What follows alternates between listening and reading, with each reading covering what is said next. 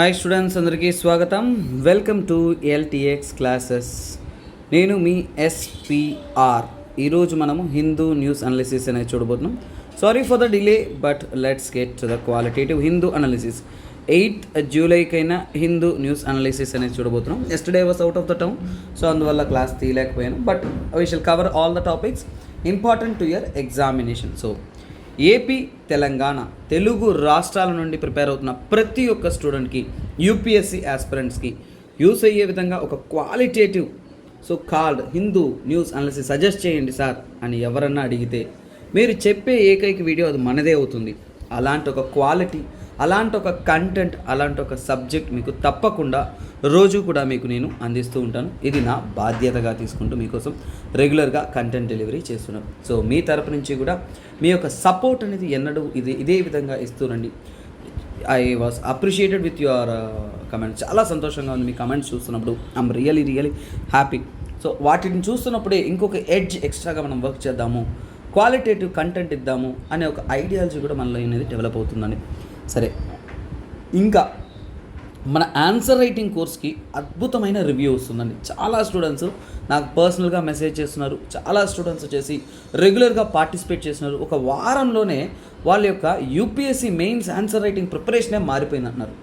అంత అద్భుతంగా మనం ఏంటంటే ఈ యొక్క ఆన్సర్ రైటింగ్ కోర్స్ అనేది తీసుకెళ్తున్నామండి. ఎందుకంటే చాలా స్టూడెంట్స్కి అర్థం కాని ఒక విషయం అంటే ప్రిలిమ్స్, మెయిన్స్, ఇంటర్వ్యూ ఉంటున్న ఈ యొక్క ఎగ్జామ్ ప్యాటర్న్లో యూపీఎస్సీలో మెయిన్సే మనకి ర్యాంకులు తెచ్చిపెడుతుంది. మెయిన్సే చాలా ఇంపార్టెంట్. ప్రిలిమ్స్ క్లియర్ చేస్తే చాలు, మెయిన్స్ జాబ్ అన్నట్టు వెళ్ళిపోవాలి. మీరు ఆఫీసర్ కేటర్లో మీరు అవ్వడానికి mains is a crucial role. కానీ చాలా స్టూడెంట్స్ మెయిన్స్ అంటే చదవడం అనుకుంటారు. మెయిన్స్ అంటే చదవడం కాదు, ఆలోచించడం, technique, smart, keyword, ideas, thought, ఇలాంటి మల్టీ ఎండెడ్ అప్రోచ్తో మీకోసం అద్భుతమైన ఆన్సర్ రైటింగ్ కోర్స్ వచ్చేసిందండి. ఆల్రెడీ 1st జూలైకి అంతా కూడా ప్రారంభమైపోయింది. Don't waste your time, delay చేయొద్దు. మీరు నెక్స్ట్ అటెంప్ట్ ఇస్తున్నారు అంటే జూలై నుంచి కూడా డిసెంబర్లోగా మీరు మెయిన్స్ కవర్ చేసేసి ఉండాలండి. There are no other options. ఎందుకంటే మీ ప్రిపరేషన్ అనేది కఠినంగానే ఉంటుంది. సో అలాంటి ఒక ప్రిపరేషన్ మీకు సులువు చేసే విధంగా ఆన్లైన్ మీడియంలో ఈ యొక్క answer writing course, life time validity కలిగిన ఆన్సర్ రైటింగ్ కోర్స్ అనేది 10,000 రూపాయలకి అందిస్తూ ఉన్నాం. అదేవిధంగా ఆఫ్లైన్ పద్ధతిలో కావాలనుకుంటున్న వారికి 15,000 రూపాయలకి హైదరాబాద్లో మన ఇన్స్టిట్యూషన్స్లో మనం అందిస్తున్నామండి. డైలీ ఆన్సర్ రైటింగ్ ఉంటుంది, కరెక్షన్ అండ్ ఫీడ్బ్యాక్ ఉంటుంది, మోడల్ ఆన్సర్ రైటింగ్ ఉంటుంది. ఇలా అద్భుతమైన వేతో మనం అప్రోచ్ అవుతుంటాం. చాలా సులువుగా మనం ఎలా మెయిన్స్ని అప్రోచ్ అవ్వచ్చు అనేదంతా కూడా మీకు తెలుస్తుందండి.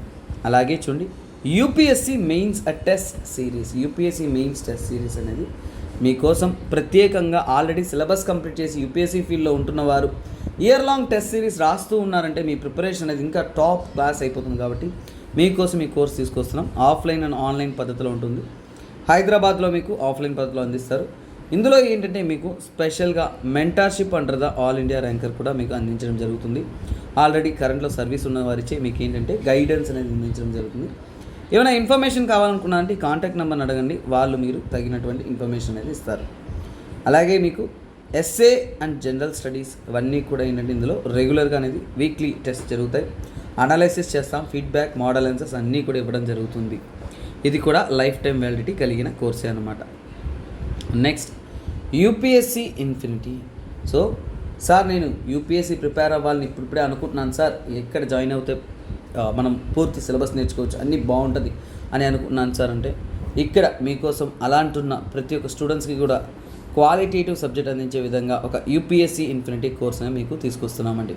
సో ఇది ఆన్లైన్ పద్ధతిలో మీకు ఉంటుంది. ఆన్లైన్ పద్ధతిలో జస్ట్ నెలకి మీరు 5,000 చొప్పున కట్టుకుంటూ, సో సింగిల్ టైం పేమెంట్ చేయలేని వారికి కూడా ఏంటంటే మంత్లీ ఏంటంటే మీకు 5,000 పే చేస్తూ ఈ కోర్స్ అనేది మీరు అడాప్ట్ చేసుకోవచ్చు అన్నమాట. మీ ప్రిపరేషన్ మీరు ప్రారంభించవచ్చు. లైఫ్ టైం వ్యాలిడిటీ కలిగిన కోర్స్ అన్నమాట ఇది.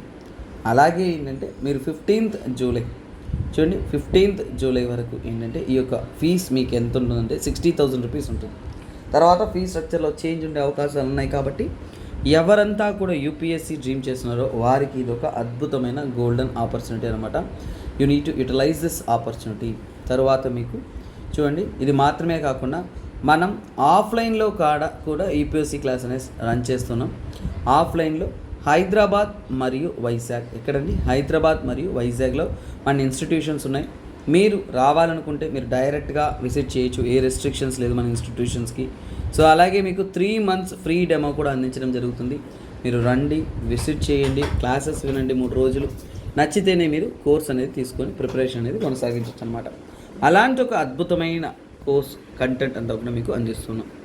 అలాగే స్టూడెంట్స్, సో ఇక్కడ చాలామంది మంచిగా కమెంట్ చేశారు. సో వెరీ గుడ్ ఆన్సర్స్ ఇచ్చారు. I'm really happy for you.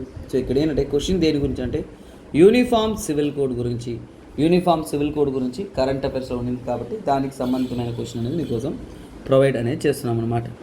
So ఇక్కడ మనం ఫస్ట్ స్టేట్మెంట్ చూద్దాం. The uniform civil code AIIMS to provide one civil law for entire country applicable to all religious community. చూడండి ఇక్కడ ఇచ్చిందే definition అనమాట.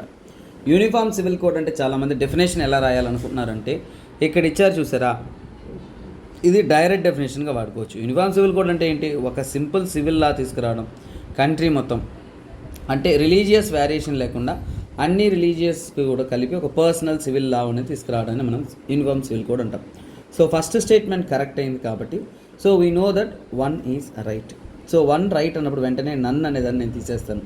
So 1 right అవుతున్నప్పుడు నన్ అనేది తీసేస్తాం మనం. తర్వాత చూడండి, article 44 of constitution lays down the directive to secure the uniform civil code. So చూడండి, యూనిఫామ్ సివిల్ కోడ్ అనేది ఆర్టికల్ 44 ద్వారా మనకేంటి కాన్స్టిట్యూషన్ అనేది అందిస్తుంది. సో స్టేట్మెంట్ రైటే కదా, మీకు చెప్పాను కదా 4 ఈక్వల్ అందువల్ల యూనిఫామ్ అలా గుర్తుపెట్టుకోని అని చెప్పాను. రెండో స్టేట్మెంట్ కూడా రైట్ అన్నప్పుడు ఓన్లీ 1 స్టేట్మెంట్ పోతుంది. ఇప్పుడు నాకు ఆప్షను ఓన్లీ 2 అన్నా ఉండాలి, ఓన్లీ 3 అన్నా ఉండాలి. సో ఇప్పుడు లాస్ట్ ఆన్సర్ మీద ఆధారపడి ఉంటుంది. సో ఇప్పుడు లాస్ట్ ఆప్షన్లోకి వస్తున్నామంటే ఇక్కడ చూడండి, article 44 is enforceable by court of లా. ఒక విషయం తెలుసుకోండి, 44 అంటే ఏంటి, డిపిఎస్పి అనేది కోర్ట్ ఆఫ్ లాని మనం అప్రోచ్ కాలేము. అది ఏంటంటే it is to the government, అంటే గవర్నమెంట్ ఎలాంటి ఫంక్షన్ చేయాలి అనేది, అంటే ఎప్పుడు కూడా fundamental rights are enforceable by court of law కానీ directive principles of state policy కాదనమాట. అంటే ఆప్షన్ 3 అనేది ఏంటి, రాంగ్. డిపిఎస్పి ఎప్పుడు కూడా కోర్ట్ ఆఫ్ లాలో ఎన్ఫోర్సబుల్ చేయలేము. సో ఇది రాంగ్. ఎప్పుడైతే రాంగ్ అయిందో మన ఆప్షన్ అనేది పోతుంది. ఇప్పుడు ఇక్కడ థర్డ్ ఆప్షన్ ఏంటంటే అందరి ఆప్షన్ ఏంటి, బి కానీ 2 కానీ చెప్పొచ్చు. This is the beautiful answer that you need to answer. So ఇప్పుడు ఈజీగా మనం చెప్పగలిగాం. This is how we will be answering. First 2 statements are right కాబట్టి ఓన్లీ 2 ఆర్ రైట్ అనేది మనం చెప్పాలి. So this is what right. So తర్వాత next ఈరోజు యొక్క కంటెంట్లోకి వెళ్దాం. సో ఓకే, ఈ కరెంట్ అఫైర్స్ అనేది ఏంటంటే చూడండి, నా ఫ్రెండ్ ఒకడు ఎప్పుడు బుర్ర తింటున్నావు అంటాడు. సో యాక్చువల్గా ఏంటంటే బుర్ర తినడం అంటే ఏంటో ఈరోజు నేను నేర్పిస్తానని చెప్పాను. సో అదే ఇది, కేరళలో ఒక టీనేజ్ అబ్బాయి వచ్చేసి బ్రెయిన్ ఈటింగ్ అమీబా వల్ల ఇన్ఫెక్షన్తో లోనయ్యి చనిపోతాడనమాట. అసలు ఏం జరిగింది అని చూసాము అంటే చూడండి, 15 years పిల్లవాడు. సో నార్మల్ ఒక స్మాల్ గాయ్ టీనేజ్ అబ్బాయి ఏంటంటే ప్రైమరీ అమీబిక్ మెనిగ్నోఫెలటిస్, చాలా పెద్ద పేరుగా ఉంది, మెనింగోసెన్ఫెలటిస్. సో అలాంటి ఒక జబ్బుతో ఎఫెక్ట్ అయ్యి చనిపోయాడు అనమాట. సీన్ ఏం జరిగింది అనేది ఒకసారి బ్యాక్గ్రౌండ్లోకి వెళ్ళామంటే 15 ఏళ్ళ పిల్లవాడు, చిన్న పిల్లోడు. సో అలాంటి చిన్న అబ్బాయి. సో అతను స్విమ్మింగ్కి వెళ్తూ ఉంటాడు. పక్కనున్న ఏవైతే కొలనులు ఏవైతే ఉంటాయో, స్ట్రీమ్స్ ఏవైతే చిన్న ఏర్లు ఏవైతే ఉంటాయో వాటిలో స్విమ్మింగ్ అనేది వెళ్తూ ఉంటాడు. సో అలా ఉంటున్న నేచురల్ వాటర్ హ్యాబిటేట్స్లో బాగా స్విమ్మింగ్ చేశాడు. కాకపోతే ఇప్పుడు ఎండాకాలము వేడి వెచ్చగా వాటర్ అనేది కొద్దిగా వామ్ వాటర్ బాడీస్గా ఉంటుంది కదా, అలాంటి వాటిలో స్విమ్మింగ్ చేస్తూ ఉన్నాడు. సడన్గా ఒకరోజు ఏంటంటే సీరియస్గా ఎఫెక్ట్ అయ్యి ఫిట్స్ వచ్చి ఇబ్బందికి లోనయ్యి కోమాకి వెళ్ళి చనిపోతాడనమాట. ఇది జరిగింది కేరళలో. సో ఇప్పుడు మనం అతను చనిపోవడానికి కారణం ఏంటి అంటే, సో దానికి కారణమైన అంటే ఫర్ ఎగ్జాంపుల్ బ్యాక్టీరియా అనకూడదు, అది ఒక ఆర్గానిజం. అంటే అతను చనిపోవడానికి సింగిల్ సెల్ ఆర్గానిజం ఒకటి కారణం. దాన్ని ఏమంటాం, నేగా. సో ఏమంటాం, నెగ్లేరియా ఫౌలరీ. ఇప్పుడు మనకి what is this Naegleria fowleri అనేది మన question.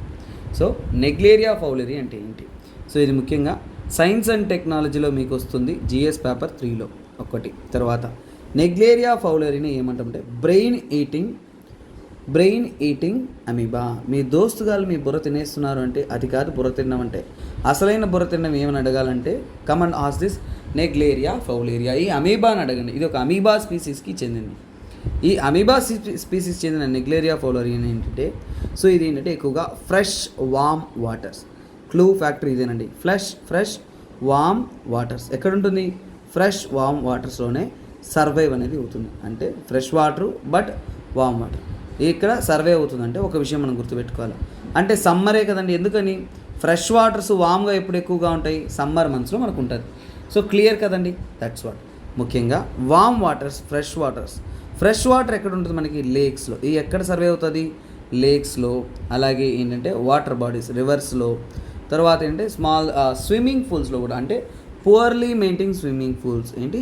Poorly maintained swimming pools. ప్రాపర్గా మెయింటైన్ చేయని స్విమ్మింగ్ పూల్స్ ఏవైతే ఉన్నాయో, మెయింటైన్డ్ స్విమ్మింగ్ పూల్స్ ఏవైతే ఉన్నాయో, సో అక్కడ కూడా ఏంటంటే మనం వీటిని చూడొచ్చు అనమాట. సో అంటే కామన్గా వచ్చేసి ఈ ప్రాంతాల్లో అనేది ఉంటుందన్నమాట. ఓకే, ఇప్పుడు మనకు ఒక డౌట్, సార్ ఇది సముద్రంలో ఉంటుందా సార్? నో. అంటే ఏంటి? Not survive. ఎక్కడ? Not survive in saline waters. In saline water. సముద్రపు నీళ్ళు ఏదైతే ఉంటున్నాయో, సెలైన్ వాటర్స్ ఏవైతే ఉన్నాయో దాంట్లో ఇది సర్వైవ్ కాలేదన్నమాట. ఇది ఒకప్పుడు ఒక టర్మ్గా ఉండింది, కానీ ఇప్పుడు ఇది చాలా చాలా క్రూషియల్ ఎగ్జామ్ పాయింట్ ఆఫ్ వ్యూలో. అందుకనే మీరు చాలా జాగ్రత్తగా గుర్తుపెట్టుకోవాలి. సో చూడండి, amoeba. So brain eating amoeba అనేది ఏంటి? ఇది ఒక సింగిల్ సెల్డ్ ఆర్గానిజం. ఏమిటండి ఇది? ఇది single cell organism. Single cell organism అంటే మనకు కనబడుతుందా? కనబడదు. అంటే ఏంటి? చాలా చాలా చాలా మైక్రోస్కోపిక్గా ఉంటుంది, అందువలనే మనకి కనబడదు. మోస్ట్లీ ఏంటంటే, సో ఇది ఏంటంటే మనకి మైక్రోస్కోప్లో మాత్రమే చూడగలం. That's what. అలాగే ముందు దీన్ని ఎక్కడ డిటెక్ట్ చేశారు అంటే ఫస్ట్ డిస్కవర్. సో ఇలాంటి ఒక ఇన్ఫెక్షన్ ఉంది, చాలా డేంజరస్ అని డిస్కవర్ చేసింది ఎప్పుడంటే ఆస్ట్రేలియాలో. ఎక్కడ డిస్కవర్ చేశారండి? ఆస్ట్రేలియాలో డిస్కవర్ చేశారు. దట్టు ఏంటంటే 1965లో డిస్కవర్ చేయడం అనేది జరిగింది. సో అలాగే ఏంటంటే ఇందులో పలు స్పీసీస్. అమీబా అంతా కూడా మన బుర్రను తినేస్తుందా అనే డౌట్ మీకు వచ్చిందంటే డోంట్ వరీ, అలాంటి ఒక భయం పడాల్సిన అవసరం లేదు. అన్ని అమీబాలు మనల్ని తినవు, కాకపోతే ఓన్లీ స్పీసీస్. చూడండి, ఓన్లీ అమీబా స్పీసీస్ అని చెప్పొచ్చు. ఓన్లీ స్పీసీస్ అంటే ఓన్లీ స్పీసీస్ ఏదీ లేదు. ఈ నెగ్లేరియా ఏదైతే ఉంటుందో, ఈ నెగ్లేరియాకి చెందిన నెగ్లేరియా ఫౌలరీ అనేది ఏదైతే ఉంటుందో, only species that will infect people. అంటే మనుషులను తాకగలిగిన, మనుషులను ఎఫెక్ట్ చేయగలిగిన, మనుషులను ఇన్ఫెక్ట్ చేయగలిగిన ఏకైక స్పీసీస్ అంటే నెగ్లేరియా ఫౌలేరియా. క్లియర్. ఈ పాయింట్స్ మనకి ఈ యొక్క నెగ్లేరియా ఫౌలేరియా అంటే ఏంటో అవగాహన కల్పించింది. ఇప్పుడు మనకి మనిషిని ఇన్ఫెక్ట్ చేస్తుందన్నారు కదా.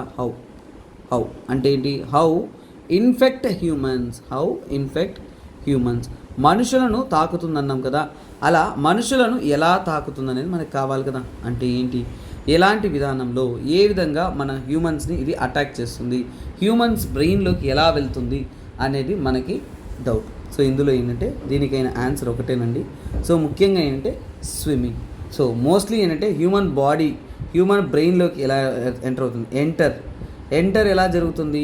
ముఖ్యంగా ఏంటంటే నోస్ ద్వారా. ఇప్పుడు ఏంటి మన హ్యూమన్ బాడీలోకి ఎలా ఎంటర్ అవుతుంది? నోస్ నుంచి కూడా brain, nose to brain. So సింపుల్గా రాస్తాను చూడండి, నోస్ టు బ్రెయిన్ అంటే మనం నోస్ టు బ్రెయిన్కి అనేది వెళ్తుంది. ఇప్పుడు మనకి మళ్ళీ డౌట్ వస్తుంది, సార్ ముక్కులో నుంచి అది బ్రెయిన్ దగ్గరికి వెళ్తుంది అన్నారు కదా, మరి ముక్కులోకి ఎలా వెళ్తుంది సార్ అంటే ముఖ్యంగా ఏంటి? స్విమ్మింగ్. అంటే ఫ్రెష్ వామ్ వాటర్లో స్విమ్ చేసినా కానీ, డైవ్ చేసినా కానీ, ఈవెన్ డిప్ చేసినా, మీరు తల ముంచినా కానీ, ఎక్కడ? ఫ్రెష్ వామ్ వాటర్స్ ఏడైతే ఉంటాయో అక్కడంతా కూడా ఆ ఫ్రెష్ వామ్ వాటర్స్లో మీరు జస్ట్ మొహాన్ని మీరు ముంచెత్తినా సరే, హెడ్ని డిప్ చేసినా, స్విమ్ చేసినా, డైవ్ చేసినా అనేది ఏంటంటే ఇవి ఈజీగా అనేది ఎంటర్ అవుతుందన్నమాట. అది కూడా ఏంటంటే అన్ని వాటర్స్లో ఉంటుందా అంటే నో నన్న. It is only contaminated waters. ఏంటది? కంటామినేటెడ్ వాటర్ ఏదైతే ఉంటుందో, కంటామినేటెడ్ అంటే ఏంటి? వాటిలో ఈ యొక్క బ్యాక్టీరియా ఉండదు. కంటామినేటెడ్ వాటర్స్ ఎక్కడైతే ఉన్నాయో ఆ కంటామినేటెడ్ వాటర్స్ నుంచి కూడా నాస్ట్రిల్స్ అంటే ముక్కుల్లోకి, నాస్ట్రిల్స్లోకి అనేది అది ప్రవహిస్తుంది అనమాట. అలాగే ఇక్కడ ప్రూఫ్స్ ఏంటంటే సైంటిస్ట్ స్టడీ చేసిన దాంట్లో ఇది ఎక్కడా కూడా నెవర్ స్ప్రెడ్ త్రూ. అంటే ఏంటి? ఎప్పుడు కూడా సైంటిస్ట్ గారు ఇంతవరకు ఎలాంటి ఎవిడెన్స్ కనుక్కోలేదు. ఏంటిది? ఇది ఓన్లీ వాటర్ ద్వారా, ముక్కు ద్వారా వెళ్తుందని మాత్రమే కనుక్కున్నారు, కానీ never spread through water vapour. ఏదైనా వాటర్ వేపర్ ద్వారా స్ప్రెడ్ అవుతుంది, never spread through water vapour అనమాట. వాటర్ వేపర్ ద్వారానో, అలాగే ఏంటంటే ఏరోసాల్స్ అంటే గాలిలో ఏరోసాల్స్ ద్వారానో ఇలా స్ప్రెడ్ అయినట్టు ఇంతవరకు ఎవిడెన్సెస్ అయితే లేదు. సో అందువల్ల మనం హ్యాపీగా చెప్పచ్చు సో ఇది ఒక చోటు నుంచి ఇంకో చోటుకి ఇది మనకి స్ప్రెడ్ కాదని. సో ఇది ఇన్ఫెక్ట్ చేయగానే ఏం చేస్తుందంటే సో చూడండి ముక్కులో నుంచి బ్రెయిన్కి వెళ్తుంది. సో బ్రెయిన్లోకి వెళ్ళిన తర్వాత చూడండి ఇది బ్రెయిన్లోకి వెళ్ళిన తర్వాత ఏం చేయడం స్టార్ట్ చేస్తుందంటే డెస్ట్రాయ్ బ్రెయిన్ టిష్యూస్. ఏం చేస్తుంది? డెస్ట్రాయ్ బ్రెయిన్ టిష్యూస్ అంటే మన బ్రెయిన్లో ఉండే టిష్యూస్ ఏవైతే ఉన్నాయో ఆ టిష్యూస్ అనేది అంటే డెస్ట్రాయ్ చేస్తుంది అనమాట. అంటే మెల్లమెల్లగా మీ బ్రెయిన్లో ఎంటర్ అయిపోయిందంటే మీ బ్రెయిన్లో ఉండే బ్రెయిన్ టిష్యూస్ అనేది డెస్ట్రాయ్ చేయడం స్టార్ట్ చేస్తుంది. అలా డెస్ట్రాయ్ చేయడాన్ని ఏమంటామంటే మనము చూడండి ప్రైమరీ. సో ఇవి మనకి చాలా ఇంపార్టెంట్. అలా మనకి ఇన్ఫెక్ట్ చేస్తుంటే అమీబిక్, ప్రైమరీ అమీబిక్ మెనింగోసెఫలటిస్. ఏంటిది? మెనింగో. సో కొద్దిగా కఠినమేనండి. మెనింగో ఎన్సెఫలటిస్. సో మెనింగో ఎన్సెఫలటిస్ అని అంటారనమాట. PAM అనేది షార్ట్ ఫామ్. ఇది మనకి ఈజీ PAM అంటాం. PAM అని అంటారనమాట. సో ఇదే ప్రైమరీ అమీబిక్ మెనింగో ఎన్సెఫలటిస్ అన్నమాట. సరే సంతోషం, ఇట్లా ఇన్ఫెక్ట్ అవుతుంది తెలిసింది. కాకపోతే ఇలా వచ్చిన PAMకి సిమ్టమ్స్ ఏంటి సార్? ఒక వ్యక్తికి ఇలా ఉన్నారు, ఇన్ఫెక్ట్ అయ్యారు, PAMకి సిమ్టమ్స్ ఏంటి, ఎలా వచ్చిందని తెలుసుకోవచ్చు అని చూశారు అంటే సిమ్టమ్స్ విషయానికి వచ్చారంటే ఫస్ట్ ఆఫ్ ఆల్ అంటే ఈ సిమ్టమ్స్ గురించి ఎవరు స్టడీ చేశారంటే యూఎస్కి చెందిన సెంటర్స్ ఫర్ డిసీజ్ కంట్రోల్. ఏంటిది? సెంటర్స్ ఫర్ డిసీజ్ కంట్రోల్ ఏదైతే ఉంటుందో సో వారు ఏంటంటే దీని గురించి స్టడీ అనేది చేశారనమాట. ఆ డిసీజ్ కంట్రోల్ అండ్ ప్రివెన్షన్ వారు స్టడీ చేసి వాళ్ళు చెప్పిన ఆన్సర్స్ ఏంటో మనం చూసుకుందాం. ప్రివెన్షన్, దీన్ని ఏమంటాం? ప్రివెన్షన్ CDC అంటాం. షార్ట్ ఫామ్లో CDC గుర్తుపెట్టుకోండి. మళ్ళీ దీన్ని ఉపయోగించినప్పుడు ఇదే పదాన్ని ఉపయోగిస్తాం అనమాట. సో ఇక్కడ ఏంటంటే మోస్ట్లీ సింబల్స్ PAM వచ్చింది అనే సిమ్టమ్స్ ఎప్పటికి వస్తుందంటే చూడండి 12 డేస్ అంటే మోస్ట్లీ అంటే 1 to 12 డేస్ పట్టచ్చు. 1 నుంచి కూడా 12 డేస్ వరకు ఇన్ఫెక్షన్ తెలియడానికి మనకి టైం పట్టచ్చు. ఆఫ్టర్ ఇన్ఫెక్షన్ అంటే మీ ముక్కులోకి ఎంటర్ అయిన తర్వాత అది ఒక 1 to 12 డేస్ తర్వాతనే ఏంటంటే మీ బ్రెయిన్లో అనేది కొన్ని సిమ్టమ్స్ అనేది బయటపడుతుంది అనమాట. సరే సిమ్టమ్స్ ఏంటి? సిమ్టమ్స్ ఎలా వస్తుంది అంటే ఫర్ ఎగ్జాంపుల్ అంటే సిమిలర్ టు మెనింగిటిస్ అంటారు. సిమిలర్ టు మెనింగిటిస్ నాకు ప్రొనౌన్సియేషన్లో కొన్ని తడబడుతున్నాయి. సో ముఖ్యంగా ఎలాంటి సిమ్టమ్స్ అంటే సిమిలర్ టు మెనింగిటిస్ అంటే ఇనిషియల్ స్టేజెస్లో మనకి హెడ్ఏక్ వస్తుంది అనమాట. ఫస్ట్ ఏంటంటే తలనొప్పి వస్తుంది, నాసియా, చాలా డిజీగా, వామిటింగ్ అలా రావచ్చు. తర్వాత ఏంటంటే ఫీవర్ రావచ్చు. ఇవన్నీ కూడా కామన్ సిమ్టమ్స్గా అందరికీ కూడా ఉంటుంది. తర్వాత ఇది సీరియస్ అయిందనుకోండి, ఇవన్నీ కూడా ఏంటి? దిస్ ఈజ్ ఫర్ స్టార్టింగ్ అంటే ముందు వస్తున్న స్టార్టింగ్ స్టేజెస్లో. అదే సీరియస్ అయ్యిందనుకోండి, ఒకవేళ ఈ ఇన్ఫెక్షన్ చాలా దారుణంగా అయిందనుకోండి, మీకు స్టిఫ్ నెక్ సిమ్టమ్స్ రావచ్చు. స్టిఫ్ నెక్స్ అంటే మెడ అనేది మీకు ఏంటంటే చాలా స్టిఫ్ అయిపోతుంది. సీజర్స్ సడన్గా అనేది అంటే పక్షవాతం లాగా రావచ్చు. తర్వాత హాలుసినేషన్, మీరే ఏదో ఒకటి ఊహించుకునే విధంగా హాలుసినేషన్స్ రావచ్చు. చివరిగా ఏంటంటే ఈవెన్ కోమాకు కూడా మనం వెళ్ళిపోవచ్చు అనమాట. అలా దారుణమైన కండిషన్స్కి అనేది మనం వెళ్ళిపోతాం. సో ఇక్కడికి మనకు క్లారిటీ వచ్చింది. ఇప్పుడు మన వాళ్ళు అందరికీ డౌట్, సార్ నా దోస్త్ గానికి వస్తే నాకు కూడా వస్తుందా సార్ అంటే పర్సన్ టు పర్సన్ అంటే ఏంటి? పర్సన్ టు పర్సన్ స్ప్రెడ్ అవుతుందా? ఈ పర్సన్ స్ప్రెడ్ గురించి ఏం చెప్తారు మీరు? ఈ యొక్క సో కాల్డ్ అమీబా బ్యాక్టీరియా అనకూడదు దీన్ని. అమీబా అనేది ఏంటంటే పర్సన్ టు పర్సన్ స్ప్రెడ్ అవుతుందా? No. Person to person spread అనేది నో, స్ట్రిక్ట్లీ నో. ఎందుకంటే ఈ సిమ్టమ్స్ ఎప్పుడు కూడా ఏంటంటే ఫ్రెష్ వామ్ వాటర్ ద్వారా, హై టెంపరేచర్ ఉంటున్న వాటర్స్ ద్వారా మన ముక్కులోకి వెళ్ళి ఇలా అవుతుంది కాబట్టే అది ఇన్ఫెక్ట్ చేస్తుంది కాబట్టి. కానీ ఇది ఎలాంటి ఒక పర్సన్ స్ప్రెడ్ అనేది జరగదు అనమాట. ఎందుకంటే ఏరోసాల్ కానీ వాటర్ వేపర్ స్ప్రెడ్ లేదు కదా. సో అందువల్ల నో. సో ఇక్కడ స్ట్రిక్ట్ నో. తరువాత ఇక్కడ మనకు తెలియాల్సిన ఇంకో విషయం అంటే సర్వైవల్ అంటే అసలు మీరు సర్వైవ్ అవ్వగలరా అంటే ఒకసారి ఇన్ఫెక్షన్ వస్తే ఏంటి అంటే 97% చూడండి 97% డెత్ రేట్ అనమాట. అంటే ఏంటి? ఖచ్చితంగా ఇది కానీ ఇన్ఫెక్ట్ అయితే 97% మనం చనిపోతాం. దాన్ని ఏమంటాం? ఎక్స్ట్రీమ్లీ ఫ్యాటల్ అంటాం. ఖచ్చితంగా ఏంటంటే చనిపోయే అవకాశాలు ఉన్నాయి కదా, చాలా ఎక్కువ ఉన్నాయి. కాకపోతే సర్వైవల్ అనేది చాలా లో. దీని ద్వారా ఏం చెప్పచ్చు? సర్వైవల్ అనేది వెరీ వెరీ వెరీ లో. బతికే అవకాశాలు చాలా చాలా తక్కువ. ఎందుకంటే ఇది డైరెక్ట్గా ఎక్కడ దాడి చేస్తుంది? మన న్యూరాలజికల్ సిస్టమ్ని. ఏంటిది? న్యూరాలజికల్ సిస్టమ్ ఏదైతే ఉంటుందో ఆ న్యూరాలజికల్ సిస్టమ్స్ని ఏంటంటే ఇది డిస్ట్రాయ్ చేస్తుంది. కాబట్టి చాలా చాలా చాలా డేంజరస్ అన్నారు. అలాగే ఏంటంటే ఒకవేళ ఇలాంటివి ఏదన్నా ఇన్ఫెక్ట్ అవుతుందంటే ఫస్ట్ ఇనిషియల్ స్టేజెస్లో మనం ఎక్స్ట్రీమ్గా జాగ్రత్తలు తీసుకుంటే కాపాడొచ్చు. కానీ డిలే అయితే అస్సలుకి ఛాన్సెస్ 97 కాదు 100% ఉండదు అనేది చెప్తున్నారు. అలాగే యూఎస్ చెందిన డ్రగ్ ఏజెన్సీ ఏదైతే ఉంటుందో యూఎస్ వాళ్ళు ట్రీట్మెంట్ కోసం ఏంటంటే కొన్ని కాంబినేషన్స్ అనేది చెప్తున్నారు. ట్రీట్మెంట్స్ ఏంటంటే యూఎస్లో ఏంటంటే సిడిసి, అదే నేను చెప్పాను చూసారా, సెంటర్స్ ఫర్ డిజీజ్ కంట్రోల్ అనేది. సో వీరు ఏంటంటే కొన్ని ట్రీట్మెంట్స్ అనేది వాళ్ళు వెతుకున్నారనమాట. అంటే కొన్ని రికమెండేషన్స్, ఖచ్చితంగా క్యూర్ అవుతుందని చెప్పలేము, కానీ కొంత మాత్రము స్టార్టింగ్ స్టేజెస్లో ఉండడానికి, ఉన్నవారిని కాపాడడానికి ఇలాంటి మెడిసిన్స్ అనేవి ఉపయోగించారు. యాంఫోటెరిన్ బి, తర్వాత ఏంటంటే అజిత్రోమైసిన్ అనేది ఒక యాంటీబయాటిక్. మీకు జ్వరాలు వచ్చినప్పుడు కూడా డాక్టర్లు ఇవే రాయిస్తారు. తర్వాత ఫ్లూకోజోల్, సో ఏంటిది ఫ్లూకనజోల్. ఎందుకు సార్ ఈ పేర్లు రాస్తున్నానంటే స్టూడెంట్స్ ప్రిలిమ్స్లో వస్తున్నప్పుడు అసలు ఇవి ఏమో చాలామంది స్టూడెంట్స్కి తెలియదు. అలాంటిది ఇది పరిచయం ఉండాలనే కోసమే రాస్తున్నాను. రెఫపిన్ అని వస్తుంది, పిఐఎన్, ఎస్ దట్స్ ఇట్, రెఫపిన్. తర్వాత ఏంటంటే మిల్టెస్ఫోసిన్, ఏంటిది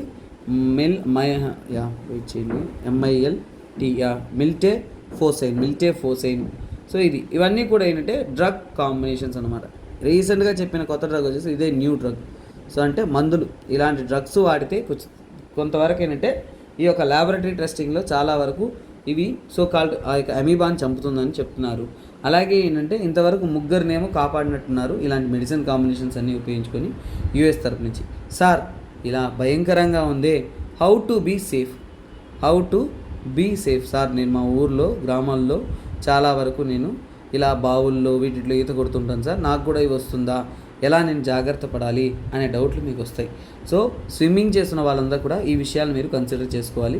that is very very important. ఎందుకంటే సమ్మర్ మంత్స్లో మనం ఎక్కువగా బావులు, కొలనులు, చెరువులు ఇవన్నీ కూడా చూస్తాం.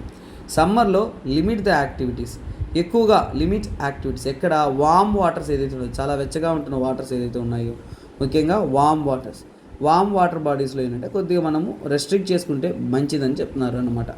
అయినా సరే సార్ నేను స్విమ్మింగ్ పోతాను సార్, చాలా ఇంపార్టెంట్ సార్ అని అనుకుంటున్నారు అంటే మీరు ఖచ్చితంగా ఒక విషయాన్ని మెయింటైన్ చేసుకోండి, హైజీన్. చాలా జాగ్రత్తగా హైజీన్గా అనేది ఉండడం చూసుకోండి.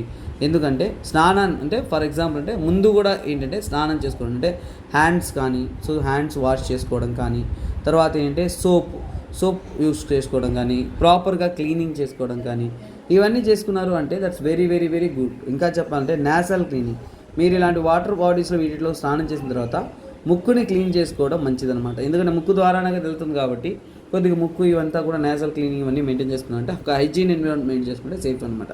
సో మొత్తానికైతే ఈ నెగ్లేరియా ఫౌలేరీ అనే దాని గురించి పూర్తి అవగాహన అనేది మనం తెలుసుకుందాం అనమాట. Let's come to the next one. So okay students, next current అఫైర్స్కి వద్దాం. ఇక్కడ ఏంటంటే గీతా ప్రెస్. సో గీతా ప్రెస్ ఏంటంటే a living faith no less than a temple says PM Modi. So PM Modi garu ఈ గీతా ప్రెస్ గురించి చెప్పడం అనేది జరిగింది. ఇది ఒక పొటెన్షియల్ క్వశ్చన్ అని చెప్తాను, పొటెన్షియల్ ఆన్సర్ అని చెప్తాను. ఆ మల్టిపుల్ ఆస్పెక్ట్స్ అనేది మీకు ఎలా పొటెన్షియల్ ఎందుకు ఇంపార్టెంట్ నేను మీకు వివరిస్తాను అనమాట. ఫస్ట్ గీతా ప్రెస్ అనేది ఒక ప్రెస్ అండి.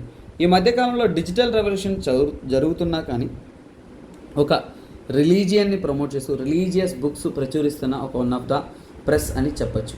అలాగే ఏంటి దీనికంటూ చాలా ప్రత్యేకత ఉంది, హిస్టారిక్ ఇంపార్టెన్స్ ఉంది. అవన్నీ ఏంటో కూడా నేను ఇప్పుడు మీకు వివరిస్తానమాట. సో కొన్ని స్టేట్మెంట్ బేస్డ్ క్వశ్చన్స్లో వీటి యొక్క ప్రామినెన్స్ ఉండొచ్చు, అందుకోసమే ఇది ఏంటంటే చెప్తున్నాను. సో అలాగే మన మోడీ గారు చెప్పిన స్టేట్మెంట్ కూడా మీరు గుర్తుపెట్టుకుంటే మంచిది. Living faith no less than a temple. ఈ స్టేట్మెంట్ ఏంటంటే చాలా ఇంపార్టెంట్. ఇది ప్రెస్ని సూచిస్తుంది, అది ఇలాంటి ఒక గీతా ప్రెస్ని సూచిస్తుంది. సో ఇలాంటివి ఏంటంటే ఎస్ఏలు రాస్తున్నప్పుడు ఇలాంటి స్టేట్మెంట్స్ మన ఇండియన్ లీడర్స్, ప్రజెంట్ లీడర్స్ అయినా సరే, పాస్ట్ లీడర్స్ చెప్పిన పదాలు అయినా సరే, అప్పుడు కూడా మీ యొక్క ఎస్ఏ రైటింగ్లో వ్యాలిడేట్ చేస్తుంది కాబట్టి ఇలాంటి పదాలు మీరు గుర్తుపెట్టుకుంటే మంచిది. సో సరే, ఇప్పుడు గీతా ప్రెస్ అంటే ఏంటో మనం పూర్తి వివరాలు తెలుసుకున్నామంటే that's good for our preparation. So అది ఏంటో మనం చూద్దాం. సో ఫస్ట్ ఆఫ్ ఆల్ అంటే గీతా ప్రెస్. సార్ అంత ప్రామినెంట్గా ఒక రిలీజియస్ ప్రెస్ గురించి చెప్తున్నారా అని మనకు రావచ్చు డౌట్. ఇది రిలీజియస్ ప్రెస్ కంటే ముఖ్యంగా ఏంటంటే గాంధీజీతో ముడిపడి ఉంది. గాంధీ పీస్ ప్రైజ్ ఇచ్చున్నారు. ఇలాంటి కరెంట్ ఎలిమెంట్స్లో ఎక్కువగా ఇది ప్రామినెన్స్లో ఉంది కాబట్టి దాని గురించి వివరణ అనేది నేను అందిస్తున్నాను అనమాట. సో ఫస్ట్ ఆఫ్ ఆల్ అంటే ఇది ఎప్పుడు ఎస్టాబ్లిష్ చేశారంటే 1923. దీని యొక్క ఇంపార్టెన్స్ పెరగడానికి ఇంకో కారణం ఏంటంటే 1923 అనేది 2023 కదా, అంటే ఏంటి 100 ఏళ్ళు పూర్తి చేసుకుంది, అంటే 100 years పూర్తి చేసుకుంది కాబట్టి ఇంకా ప్రామినెంట్. సో ఇప్పుడు ఏంటంటే హూ ఎస్టాబ్లిష్డ్ ఇట్, ఎవరు దీన్ని స్థాపించారు? జయా దయాల్ గోయంకా. ఎవరిది? జయా దయాల్ గోయంకా. సో ఒక వ్యక్తి ఎవరంటే జయా దయాల్ గోయంకా అనే వ్యక్తి అతనితో పాటు, సో నాట్ ఓన్లీ హిమ్, అతనితో పాటు ఏంటంటే ఘన్శ్యామ్. సో ఎవరిది? Ghanshyam. So I roll it wrong, yeah. So yeah, Ghanshyam. So Ghanshyam Das Jalan, Ghanshyam Das Jalan. Ghanshyam Das Jalan అనే వ్యక్తి సెకండ్ పర్సన్. వీళ్ళిద్దరూ కూడా ఏంటంటే మార్వారీ బిజినెస్ మ్యాన్స్ అండి. సో వీళ్ళు స్థాపించారు. వాళ్ళ యొక్క మెయిన్ ఎయిమ్ ఏంటి, సో ఎందుకు ఈ గీతా ప్రెస్ని స్థాపించారు? ఎయిమ్ వచ్చేసి ఏంటంటే సో ముఖ్యంగా ఏంటంటే సనాతన ధర్మం, ఈ సనాతన ధర్మం ఏదైతే ఉంటుందో దాన్ని ప్రమోట్ చేయడానికి, వాటి యొక్క ప్రిన్సిపల్స్ని ప్రజలకు చేరవేయడానికి, ఇంకా హిందుత్వాన్ని, సో హిందూ రిలీజియన్ని, హిందుత్వాన్ని స్ప్రెడ్ చేయడానికి, ప్రజల మధ్య తీసుకెళ్ళడానికి. సో దానికోసం ఏం చేస్తున్నారు? హిందూ రైటింగ్స్ అంటే హిందూ పుస్తకాలు అంటే భగవద్గీత కానీ, గీత, రామాయణం, సో ఇంకా ముఖ్యంగా హిందూ రిలీజియస్ బుక్స్ ఏవైతే ఉన్నాయో, తర్వాత ఉపనిషత్స్ కానీ, పురాణాలు కానీ, ఉపనిషత్స్ ఇంకా పురాణాస్, సో ఇవన్నీ కూడా ఏంటంటే వాళ్ళు ప్రమోట్ చేయాలి, ప్రజల వద్దకు తీసుకెళ్ళాలి, ఎక్సెట్రా ఎక్సెట్రా ఎక్సెట్రా, ఇవన్నిటిని కూడా తీసుకెళ్ళాలని దానికోసమే ఈ యొక్క ఇన్స్టిట్యూషన్స్ అనేది ఫస్ట్ స్థాపన అనేది జరిగింది. అలాగే ఇందులో అడ్వర్టైజ్మెంట్ తీసుకోరు. సో చూడండి, they won't accept advertisements in there publications. వాళ్ళ పబ్లికేషన్స్లో అడ్వర్టైజ్మెంట్స్ తీసుకోరు. అందుకని ఏంటంటే చాలా ఒక స్టాండర్డ్ మెయింటైన్ చేస్తున్నారు. అడ్వర్టైజ్మెంట్స్ ఎందుకు తీసుకోరు అనేది నేను చివరి దశలో చెప్తాను. ఎందుకంటే గాంధీ గారు దీంట్లో ఒక ప్రెస్లో రాస్తూ ఉన్నారనమాట. కళ్యాణ్ పత్రిక అనే ఒకదాన్ని ఇందులోనే రాసేవారు. అప్పుడే గాంధీ గారు ఏంటంటే ఎటువంటి అడ్వర్టైజ్మెంట్స్ అనేది యాక్సెప్ట్ చేయరనమాట. అదే సిద్ధాంతాన్ని ఇప్పటికీ కూడా వీళ్ళు ఫాలో అవుతున్నారు. అదేంటో కూడా నేను మీకు వివరంగానే తెలియజేస్తాను. సో అలాగే ఏంటంటే చాలా వరకు వీరు ఏంటంటే ప్రాఫిట్ కోసం పనిచేయరు.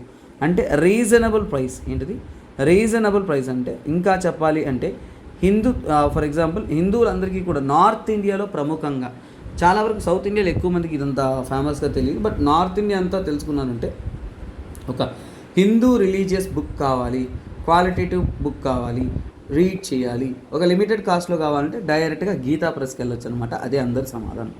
అంత ప్రామినెన్స్ ఉన్న ఈ యొక్క బుక్ ప్రెస్ వచ్చేసి అంటే సుమారుగా 9-10 మిలియన్ కాపీస్ అమ్మడం అనేది జరిగింది. ఇంతవరకు 9-10 మిలియన్ కాపీస్ అనేది వారు అమ్మడం అనేది జరిగింది. అలాగే ఏంటంటే సో డిఫరెంట్ అంటే 1800 ప్లస్ బుక్స్ అనమాట. అంటే రిలీజియన్, స్పిరిచువల్ బుక్స్ ఏవైతే ఉన్నాయో వాటి యొక్క 9-10 కాపీస్ పైన, మిలియన్ కాపీస్ పైన వాళ్ళు సెల్ చేశారు. అలాగే ఏంటంటే 15 లాంగ్వేజెస్లో ఇంతవరకు ఏంటంటే వాళ్ళ యొక్క ప్రతిభ అనేది వాళ్ళు చాటుకున్నారు ఇండియాలో అనమాట. సో అలాగే ఏంటంటే ఇది చాలా వరకు హిందూ రిలీజియస్ టెక్స్ట్లో చాలా చాలా చాలా ఫేమస్ అని మనం చెప్పుకోవచ్చు అనమాట. సో ఇప్పుడు కరెంట్ అఫైర్స్లో దీని యొక్క ప్రాముఖ్యత విషయానికి వచ్చారంటే మనం డిస్కస్ చేయగలిగింది ఏంటంటే చూడండి, గాంధీ పీస్ ప్రైజ్. సో ఈ పాయింట్ చాలా ఇంపార్టెంట్. గాంధీ పీస్ ప్రైజ్ అనేది ఈ యొక్క గీతా ప్రెస్కి అనేది ఇచ్చున్నారు. సో ఇది చాలా చాలా చాలా ఇంపార్టెంట్. సో కొన్ని points important. Gandhi peace prize ఎవరికి ఇచ్చారు అంటే గుర్తుపెట్టుకోండి, అది మన యొక్క గీతా ప్రెస్కి అనమాట, గవర్నమెంట్ తరపు నుంచి ఇవ్వడం అనేది జరిగింది. అలాగే ఏంటంటే సో ముఖ్యంగా సో దీని యొక్క సో కాల్డ్ ఈ గీతా ప్రెస్ నుంచి కూడా గాంధీ పీస్ ప్రైజ్ ఇచ్చిన తర్వాత 1 crore రూపీస్ క్యాష్ రివార్డ్ ఇచ్చారనమాట. అలాగే ఏంటంటే ఒక సైటేషన్ కూడా ఇచ్చారు. కాకపోతే వాళ్ళు ఆ 1 crore రూపీస్ క్యాష్ రివార్డ్ని యాక్సెప్ట్ చేయలేదు. ఎందుకంటే వాళ్ళ యొక్క సిద్ధాంతంలో ఏం చెప్పాను నేను, సో కాల్డ్ డొనేషన్స్ ఇవన్నీ కూడా ఇవ్వరు, అలాగే ఏంటంటే యాక్సెప్ట్ చేయరు అనేసి. అలాగే ఏంటంటే వీళ్ళు గాంధీజీతో కనెక్టివిటీ, సో అంటే గీతా ప్రెస్ అండ్ గాంధీజీ, గీతా ప్రెస్కి మరియు గాంధీజీకి ఒక విడలేని సంబంధం అనేది ఉందండి. చాలా క్లోజ్ కాంటాక్ట్ అనేది అంటే ఒక మంచి రిలేషన్షిప్ అనేది ఉంది. ఎలాగంటే గాంధీజీ గారు చూడండి, గాంధీజీ గారు వచ్చేసి సో ఒకప్పుడు ఏంటంటే తన యొక్క రచనలు అంటే ఈ ప్రెస్లో అనేది ప్రచురించేవారు. సో గాంధీజీ గారు ఏంటంటే గీతా ప్రెస్లో అంటే కళ్యాణ్ పత్రిక. సో ఈ పాయింటే చాలా చాలా ఇంపార్టెంట్ అన్నాడు. కళ్యాణ్ పత్రిక అని రాసింది ఎవరు అని అడిగినప్పుడు మీరు గుర్తుపెట్టుకోవాలి, గాంధీజీ గారు. సో ఎవరి తరపున, గీతా ప్రెస్ తరపున గాంధీజీ గారు అనేది దీన్ని రచించేవారు. సో అంటే ఆ టైంలోనే ఏంటంటే ఈ కళ్యాణ్ పత్రిక రాసే టైంలోనే గీతా ప్రెస్లో ఏంటంటే గాంధీజీ గారి యొక్క సజెషన్ ప్రకారం ఏంటంటే నో అడ్వర్టైజ్మెంట్, నో అడ్వర్టైజ్మెంట్, ఇతర అడ్వర్టైజ్మెంట్స్ ఏవైతే ఉన్నాయో అవన్నీ కూడా మనం చేయకూడదు. ఎందుకంటే ఇది రిలీజియన్కి సంబంధించిన బుక్స్ కాబట్టి ఇతర అడ్వర్టైజ్మెంట్స్ ఇవన్నీ కూడా మనం అలో చేయకూడదు, కమర్షియలైజేషన్ అలో చేయకూడదు, ఇది సేవా దృక్పథంతో మనం చెయ్యాలి అనే విధంగా తెలుపుతారనమాట. సో అందుకనే విడలేని ఒక బంధంలాగా గాంధీజీ చెప్పిన ఒక సిద్ధాంతాలను కనెక్ట్ అయితే ఈ గీతా ప్రెస్ ఈ రోజుకి కూడా ఏంటంటే ఎటువంటి అడ్వర్టైజ్మెంట్స్ కానీ ఏవి కూడా తీసుకోవన్నమాట. దిస్ ఇస్ ద బ్యూటీ అండి. సో చిన్న విషయమే అయినా సరే కొన్ని ఎలిమెంట్స్ అనేది, ఫర్ ఎగ్జాంపుల్ అంటే ఒక మల్టీ ఎండెడ్ అప్రోచ్లో వీటి యొక్క కంటెంట్స్ అనేది ఇంటర్ కనెక్టెడ్గా ఉంది కాబట్టి వాటిని మనం క్లియర్గా చదువుతున్నాం అనమాట. అలాగే స్టూడెంట్స్ మీరు యూపీఎస్సీ ప్రిలిమ్స్ 2024 చదువుతున్నారు అంటే మీకోసం ఒక అద్భుతమైన అవకాశం. టార్గెట్ ప్రిలిమ్స్ 2024 కోసం మీకైనా మెంటార్షిప్ ప్రోగ్రామ్ అనేది అందిస్తూ ఉన్నాం. సో కంప్లీట్గా సురేష్ సార్ యొక్క మెంటార్షిప్లో గైడెన్స్లో మీరు యూపీఎస్సీ ప్రిలిమ్స్ మరి ప్రిపేర్ అవ్వాలనుకుంటే 2024కి సో మీ యొక్క ఫీజ్ అనేది 10,000 రూపీస్ అనేది ఛార్జ్ చేయడం జరుగుతుంది. అలాగే లైఫ్ టైం వ్యాలిడిటీ కలిగిన కోర్స్ అన్నమాట ఇది. సో ఈ ఆర్టికల్ చూడండి, సెలెక్టివ్ బ్యానింగ్ ఈ పదానికి మీనింగ్ మీకు క్లియర్గా తెలిసి ఉండాలి, కంటెంట్ చాలా ఎలాబొరేట్గా తెలిసి ఉండాలి. ఎందుకు సార్ ఏం సార్ అంటే మీరు ఇక్కడ అర్థమవుతుంది. చూడండి, first of all selective banning అంటే ఏంటి, దీని గురించి ఏంటంటే సో ట్రాయ్ తరపు నుంచి చెప్పడం అనేది జరిగింది. సో ట్రాయ్ అంటే ఏంటో మనకు తెలుసున్నారు. ట్రాయ్ అంటే ఏంటంటే telecom regulatory authority of India, telecom. So మొత్తానికి ఏంటంటే telecom regulatory authority. So telecom regulatory authority అంటాం. సో ఇందులో ఏంటంటే రెండు విషయాలు మీకు తెలియాలి. టెలికాం రెగ్యులేటరీ అథారిటీ అంటే ఏంటి, తర్వాత రెగ్యులేటరీ అథారిటీ అంటే ఏంటి, తర్వాత ఏంటంటే వాళ్ళు చేస్తున్న సెలెక్టివ్ బ్యానింగ్ ఏంటి, దాని యొక్క ఇంపార్టెన్స్ ఏంటి, అలాంటి ఒకటి ప్రెసెంట్ డే సినారియోలో ఎలా ఉపయోగపడుతుంది అనే విషయాల గురించి మనం ఆలోచించాలన్నమాట. సో ఇప్పుడు ఫస్ట్ ట్రాయ్ గురించి తెలుసుకుందాం, తర్వాత ఆ యొక్క కంటెంట్లోకి మనం వెళ్దాం. ట్రాయ్ వచ్చేసి ఏంటంటే ఫస్ట్ ఎప్పుడు ఫామ్ అయిందంటే ఇది 20th ఫిబ్రవరి 1997లో ఫామ్ అయింది.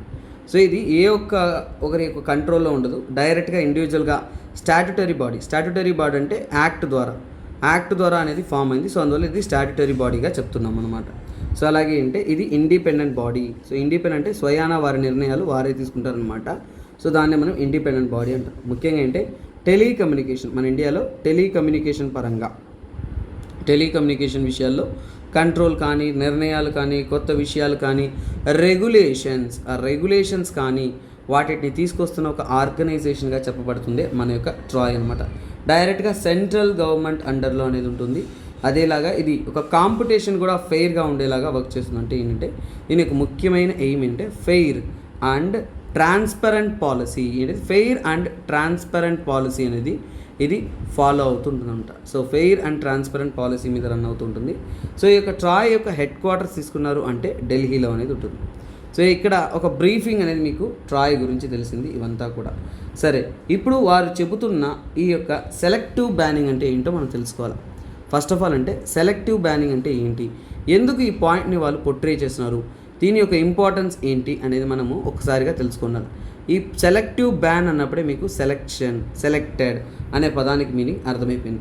సో ఫస్ట్ ఆఫ్ ఆల్ అంటే దీని యొక్క ప్రాముఖ్యత కానీ ఇంపార్టెన్స్ ఏంటంటే వేటి గురించి అంటే ఓటీటీ అంటే ఏంటి, first of all over the top. చూడండి, ఓవర్ ద టాప్ అంటాం. ఓవర్ ద టాప్ అంటే అందరూ కూడా ఓటీటీ అంటేనే మీకు అందరికీ కూడా ఒకటే గుర్తొస్తుంది, ఏంటిది సార్, అమెజాన్, సో కాల్డ్ మన యొక్క నెట్ఫ్లిక్స్, ఇవే కదా సార్ ఓటీటీ అని. కానీ ఓటీటీ అనేది మనం బ్రాడర్ రేంజ్లో నేర్చుకోవాలన్నా. సో స్టార్టింగ్ స్టేజెస్లో మీరు ఉన్నారు అంటే లెర్నింగ్లో ఇది చాలా జాగ్రత్తగా వినండి. ఓటీటీ అంటే ఆడియో ప్లాట్ఫామ్ని కూడా ఓటీటీ అంటారు, వీడియో ప్లాట్ఫామ్ని కూడా మనం ఓటీటీ అంటాం, మీడియా ప్లాట్ఫామ్ ఏదైతే ఇంటర్నెట్ ద్వారా మనం ఇంటరాక్ట్ అవ్వడానికి, ఇన్ఫర్మేషన్ డిస్ట్రిబ్యూషన్ అవ్వడానికి ఉపయోగిస్తామో వాటిని మనము సో కాల్డ్ ఓటీటీ అంటాం. ముఖ్యంగా ఏంటంటే కమ్యూనికేషన్ సర్వీస్, ఓటీటీ ద్వారా ఏంటంటే కమ్యూనికేషన్ సర్వీసెస్ కూడా అందిస్తారనమాట. కమ్యూనికేషన్ సర్వీసెస్ వాటిని కూడా మనం తీసుకురాగలము. అలా ఒక గ్రూప్ మెసేజెసింగ్ అంటే కమ్యూనికేషన్ సర్వీసెస్ అంటే ఏంటి, సో దీని యొక్క మీనింగ్ తెలుసుకోండి. సో ఓటీటీలో కమ్యూనికేషన్ సర్వీసెస్ అంటే ఏంటంటే ఫర్ ఎగ్జాంపుల్ ఫస్ట్ తెలుసుకోండి, ఇన్స్టంట్ మెసేజెస్, మనము ఇన్స్టెంట్గా మెసేజెస్ పంపించగలిగామనుకోండి, సో దాన్ని కూడా ఏంటంటే ఓటీటీ ప్లాట్ఫామ్లో మనము సో కన్సిడర్గా చేసుకోవచ్చు. అంటే ముఖ్యంగా ఏంటంటే వాయిస్ కాల్స్ కానీ వీడియో కాల్స్ కానీ చేయగలిగాము అంటే వాటిని కూడా ఏంటంటే కమ్యూనికేషన్ సర్వీసెస్ అండర్ ద ఓటీటీగా కన్సిడర్ చేయొచ్చు. అలాగే ఇంటర్నెట్ కనెక్టెడ్ డివైసెస్ ద్వారా మనము ఒక గ్రూప్ని ఎంగేజ్ చేసుకుంటూ గ్రూప్ చాట్ చేస్తామంటే వాటిని కూడా ఓటీటీ అనొచ్చు. సో ఇప్పుడు ఓటీటీ అంటే మీకు బ్రాడర్ డేటాతో ఒక అర్థమయ్యే విధంగా ఒక ఫ్లో చార్ట్ వేస్తాను చూడండి. ఓటీటీ అన్నప్పుడే మీకు కొన్ని పాపులర్ ప్లాట్ఫామ్స్ అనేది మనకు గుర్తొస్తుంది. అందులో ఏంటంటే వీడియో షేరింగ్. సో ఇప్పుడు ఓటీటీ అంటే ఏంటో ఇప్పుడు గుర్తుపెట్టుకోండి, వీడియో షేరింగ్. ఓటీటీలో వీడియో షేరింగ్ ప్లాట్ఫామ్స్ ఏంటి అన్నప్పుడు అలాంటప్పుడు మీరు చెప్పేదే నెట్ఫ్లిక్స్. ఓటీటీలో ఉండే వీడియో షేరింగ్ ప్లాట్ఫామ్స్ ఏంటంటే నెట్ఫ్లిక్స్, తర్వాత అమెజాన్. సో అమెజాన్లో ప్రైమ్, తర్వాత ఏంటంటే డిస్నీ హాట్స్టార్ అంటాం, డిస్నీ ప్లస్ కానీ హాట్స్టార్ కానీ ఇవన్నీ కూడా ఏంటంటే కొన్ని ఉదాహరణ ఇలా చాలా ఉన్నాయండి. ఎయిర్టెల్ వీళ్ళందరూ కూడా ఓటీటీ ప్లాట్ఫామ్ లాంచ్ చేశారు. వీడియో ప్లాట్ఫామ్స్ అని చెప్తాం, వీడియో షేరింగ్ ప్లాట్ఫామ్. అదేవిధంగా మ్యూజిక్ స్ట్రీమింగ్ కూడా ఉన్నాయి. సో ఇప్పుడు మళ్ళీ ఏంటంటే మ్యూజిక్ స్ట్రీమింగ్. సో ఇప్పుడు మళ్ళీ మీకు కొంతమంది ఏంటంటే ఇదొక్కటే ఓటీటీ అనే ఒక భ్రమలో మనం ఉంటుంటాము. సో ఇక్కడ ఏంటంటే మ్యూజిక్ స్ట్రీమింగ్ కూడా మనం ఓటీటీ అంటాం. అందులో కొన్ని ఉదాహరణలు అంటే స్పాటిఫై చూడండి, స్పాటిఫై కానీ వింక్, నేనైతే వింక్ వాడుతున్నాను, వింక్ కానీ. తర్వాత ఏంటంటే స్పాటిఫై కూడా చాలా బాగుంటుంది, మ్యూజిక్ వినొచ్చు. తర్వాత ఇతర యాప్స్ ఫర్ ఎగ్జాంపుల్ అంటే యాపిల్ మ్యూజిక్ ఉంటుంది. ఇవన్నీ కూడా ఏంటి మ్యూజిక్ స్ట్రీమింగ్ ఓటీటీస్ అన్నమాట, మ్యూజిక్ స్ట్రీమింగ్ ఓటీటీస్ అంటాం. అదేవిధంగా ఓటీటీస్లో కమ్యూనికేషన్ యాప్స్ కూడా ఉన్నాయి. సో కమ్యూనికేషన్ యాప్స్ ఓటీటీస్లో కమ్యూనికేషన్ యాప్స్ పరంగా తీసుకున్నానంటే ఓటీటీస్లో ఉంటే అక్కడ వచ్చేదే మనకి వాట్సాప్. ఏంటది వాట్సాప్ కానీ, తర్వాత స్కైప్ కానీ, ఇంకా ఏంటంటే మన గూగుల్ మీట్ ఉంది చూసారా, గూగుల్ మీట్. ఇవన్నీ కూడా కలిపితే మనం ఏమంటామండి, సో వీటిని ఏమంటామంటే మనము ఓటీటీ కమ్యూనికేషన్ యాప్స్ అంటాం. ఇంకా చెప్పాలంటే మనము మీడియా ప్లాట్ఫామ్స్ కూడా వద్దాం. సో అంటే ఓటీటీస్లో మీరు కమ్యూనికేషన్ యాప్స్ విన్నారు, ఇప్పుడు ఏంటంటే సోషల్ మీడియా, ఓటీటీస్లో సోషల్ మీడియా యాప్స్ కూడా వస్తాయి. అంటే ఏంటంటే సోషల్ మీడియా అన్నప్పుడు మీరు యూజ్ చేస్తున్న ఫేస్బుక్ కానీ అందులోనే వస్తుంది, తర్వాత ఇన్స్టాగ్రామ్. సో ఇప్పుడు ఈ విషయాలు మీకు అర్థమైందంటే ఇప్పుడు మీకు ఒక విషయం మీకు అర్థమవుతుంది ఏంటి, ఓటీటీస్లో video sharing, music streaming, communication, social media ఇన్ని విధాలు ఉంటాయి. వాటికి ఉదాహరణలు చాలా అద్భుతంగానే మనం ఫ్లో చార్ట్లో రాసాం. ఈ ఫ్లో చార్ట్ మీకు చాలా క్రూషియల్, మీ యొక్క ఒపీనియన్ అనేది ఇంతటితో మారిపోతుంది. ఒకటి క్లియర్.